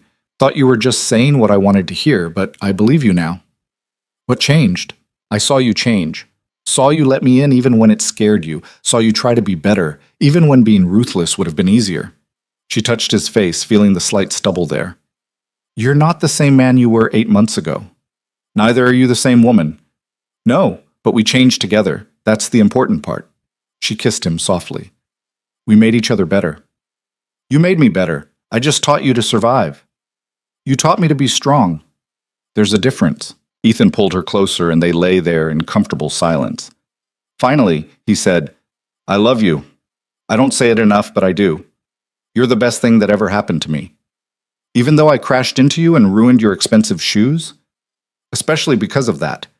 You came into my life like a hurricane and destroyed every wall I'd spent years building, and I've never been happier." Maya felt tears prick her eyes. "I love you too, even though you're dramatic and overprotective and occasionally terrifying." "Occasionally?" "Okay, frequently, but I love that about you too." They fell asleep wrapped around each other, two people who'd found something neither had been looking for but both desperately needed. The next morning, Maya woke to find Ethan already up, standing at the window looking out over the city the way he always did. She joined him, tucking herself against his side. "What are you thinking about?" she asked. "Everything we've built. Everything we still have to build. The future." Sounds heavy for a Saturday morning. "I've been thinking about something." He turned to face her fully. "I want to start a foundation, using my resources to actually help people instead of just accumulating more power." Maya blinked in surprise. "Really? You once told me that my world was wrong, that measuring everything in power and control was missing the point. I think you were right. I want to do something that matters beyond the next acquisition or the next billion." "What kind of foundation?" "Education, primarily. Scholarships for kids like I was, foster kids, kids from nothing, kids who have potential but no resources. Give them the chances I had to fight for." He looked almost vulnerable. "What do you think?" "I think that's the best idea you've ever had." Maya felt pride swell in her chest. "And I think your younger self would be proud." "Will you help me build it?" "Of course. We're partners, remember?" "Partners," Ethan repeated like he was testing the word. "I like that." They spent the rest of the morning planning, and by the end of it, they had the rough framework for something that could change lives. It wasn't enough to erase Ethan's past or absolve him of the ruthless things he'd done. But it was a start, a way of using power for something beyond just accumulating more of it. Over the following months, the foundation took shape. They hired staff, established criteria, set up endowments, and when they announced the first scholarship recipients, 20 kids from circumstances similar to what Ethan had survived, Maya saw something in his expression she'd never seen before. Peace. like he'd finally found a way to reconcile who he was with who he wanted to be. The announcement made news, and public opinion of Ethan Cade shifted slightly. He was still feared and respected, still known as ruthless and dangerous.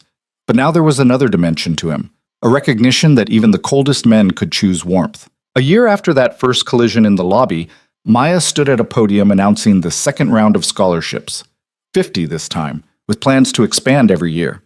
She looked out at the audience and saw Ethan standing in the back, watching her with undisguised pride. And she realized something. They'd done it, built something real out of the chaos, created a life that balanced power with purpose, success with meaning. It wasn't perfect. They still faced challenges, still dealt with enemies and complications, and the messy reality of living in a world that wasn't always kind. But they faced it together. After the announcement, they went home to their penthouse. Not his penthouse anymore, but theirs. They cooked dinner together, a skill they'd both improved at considerably.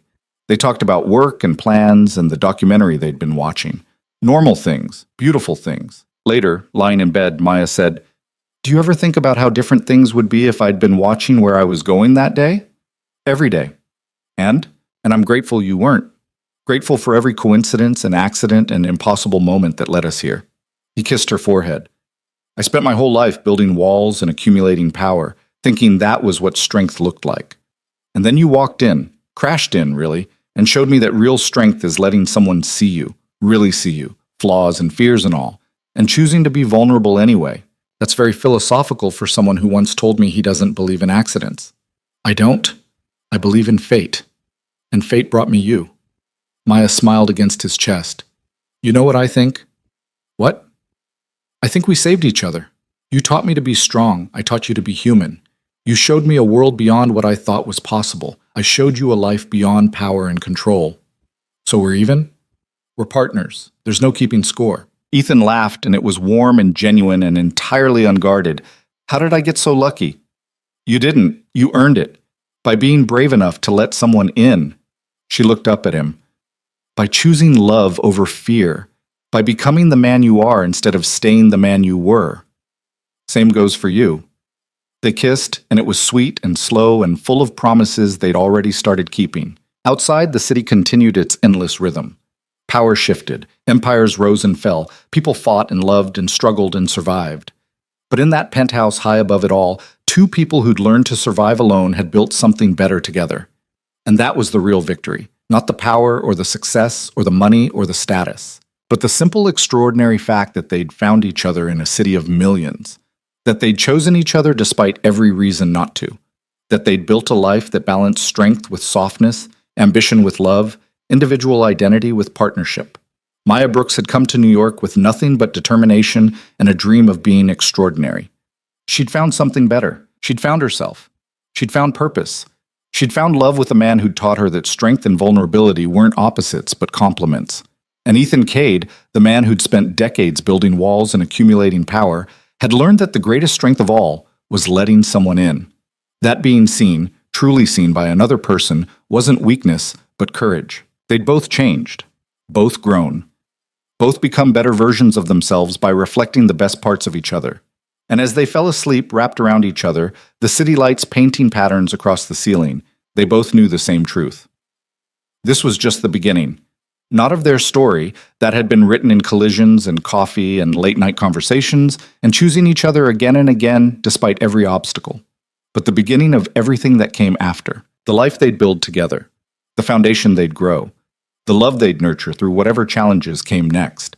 Because that was the real lesson neither of them had expected to learn. Power wasn't about control. It was about choice. And every day, they chose each other. That was the greatest power of all.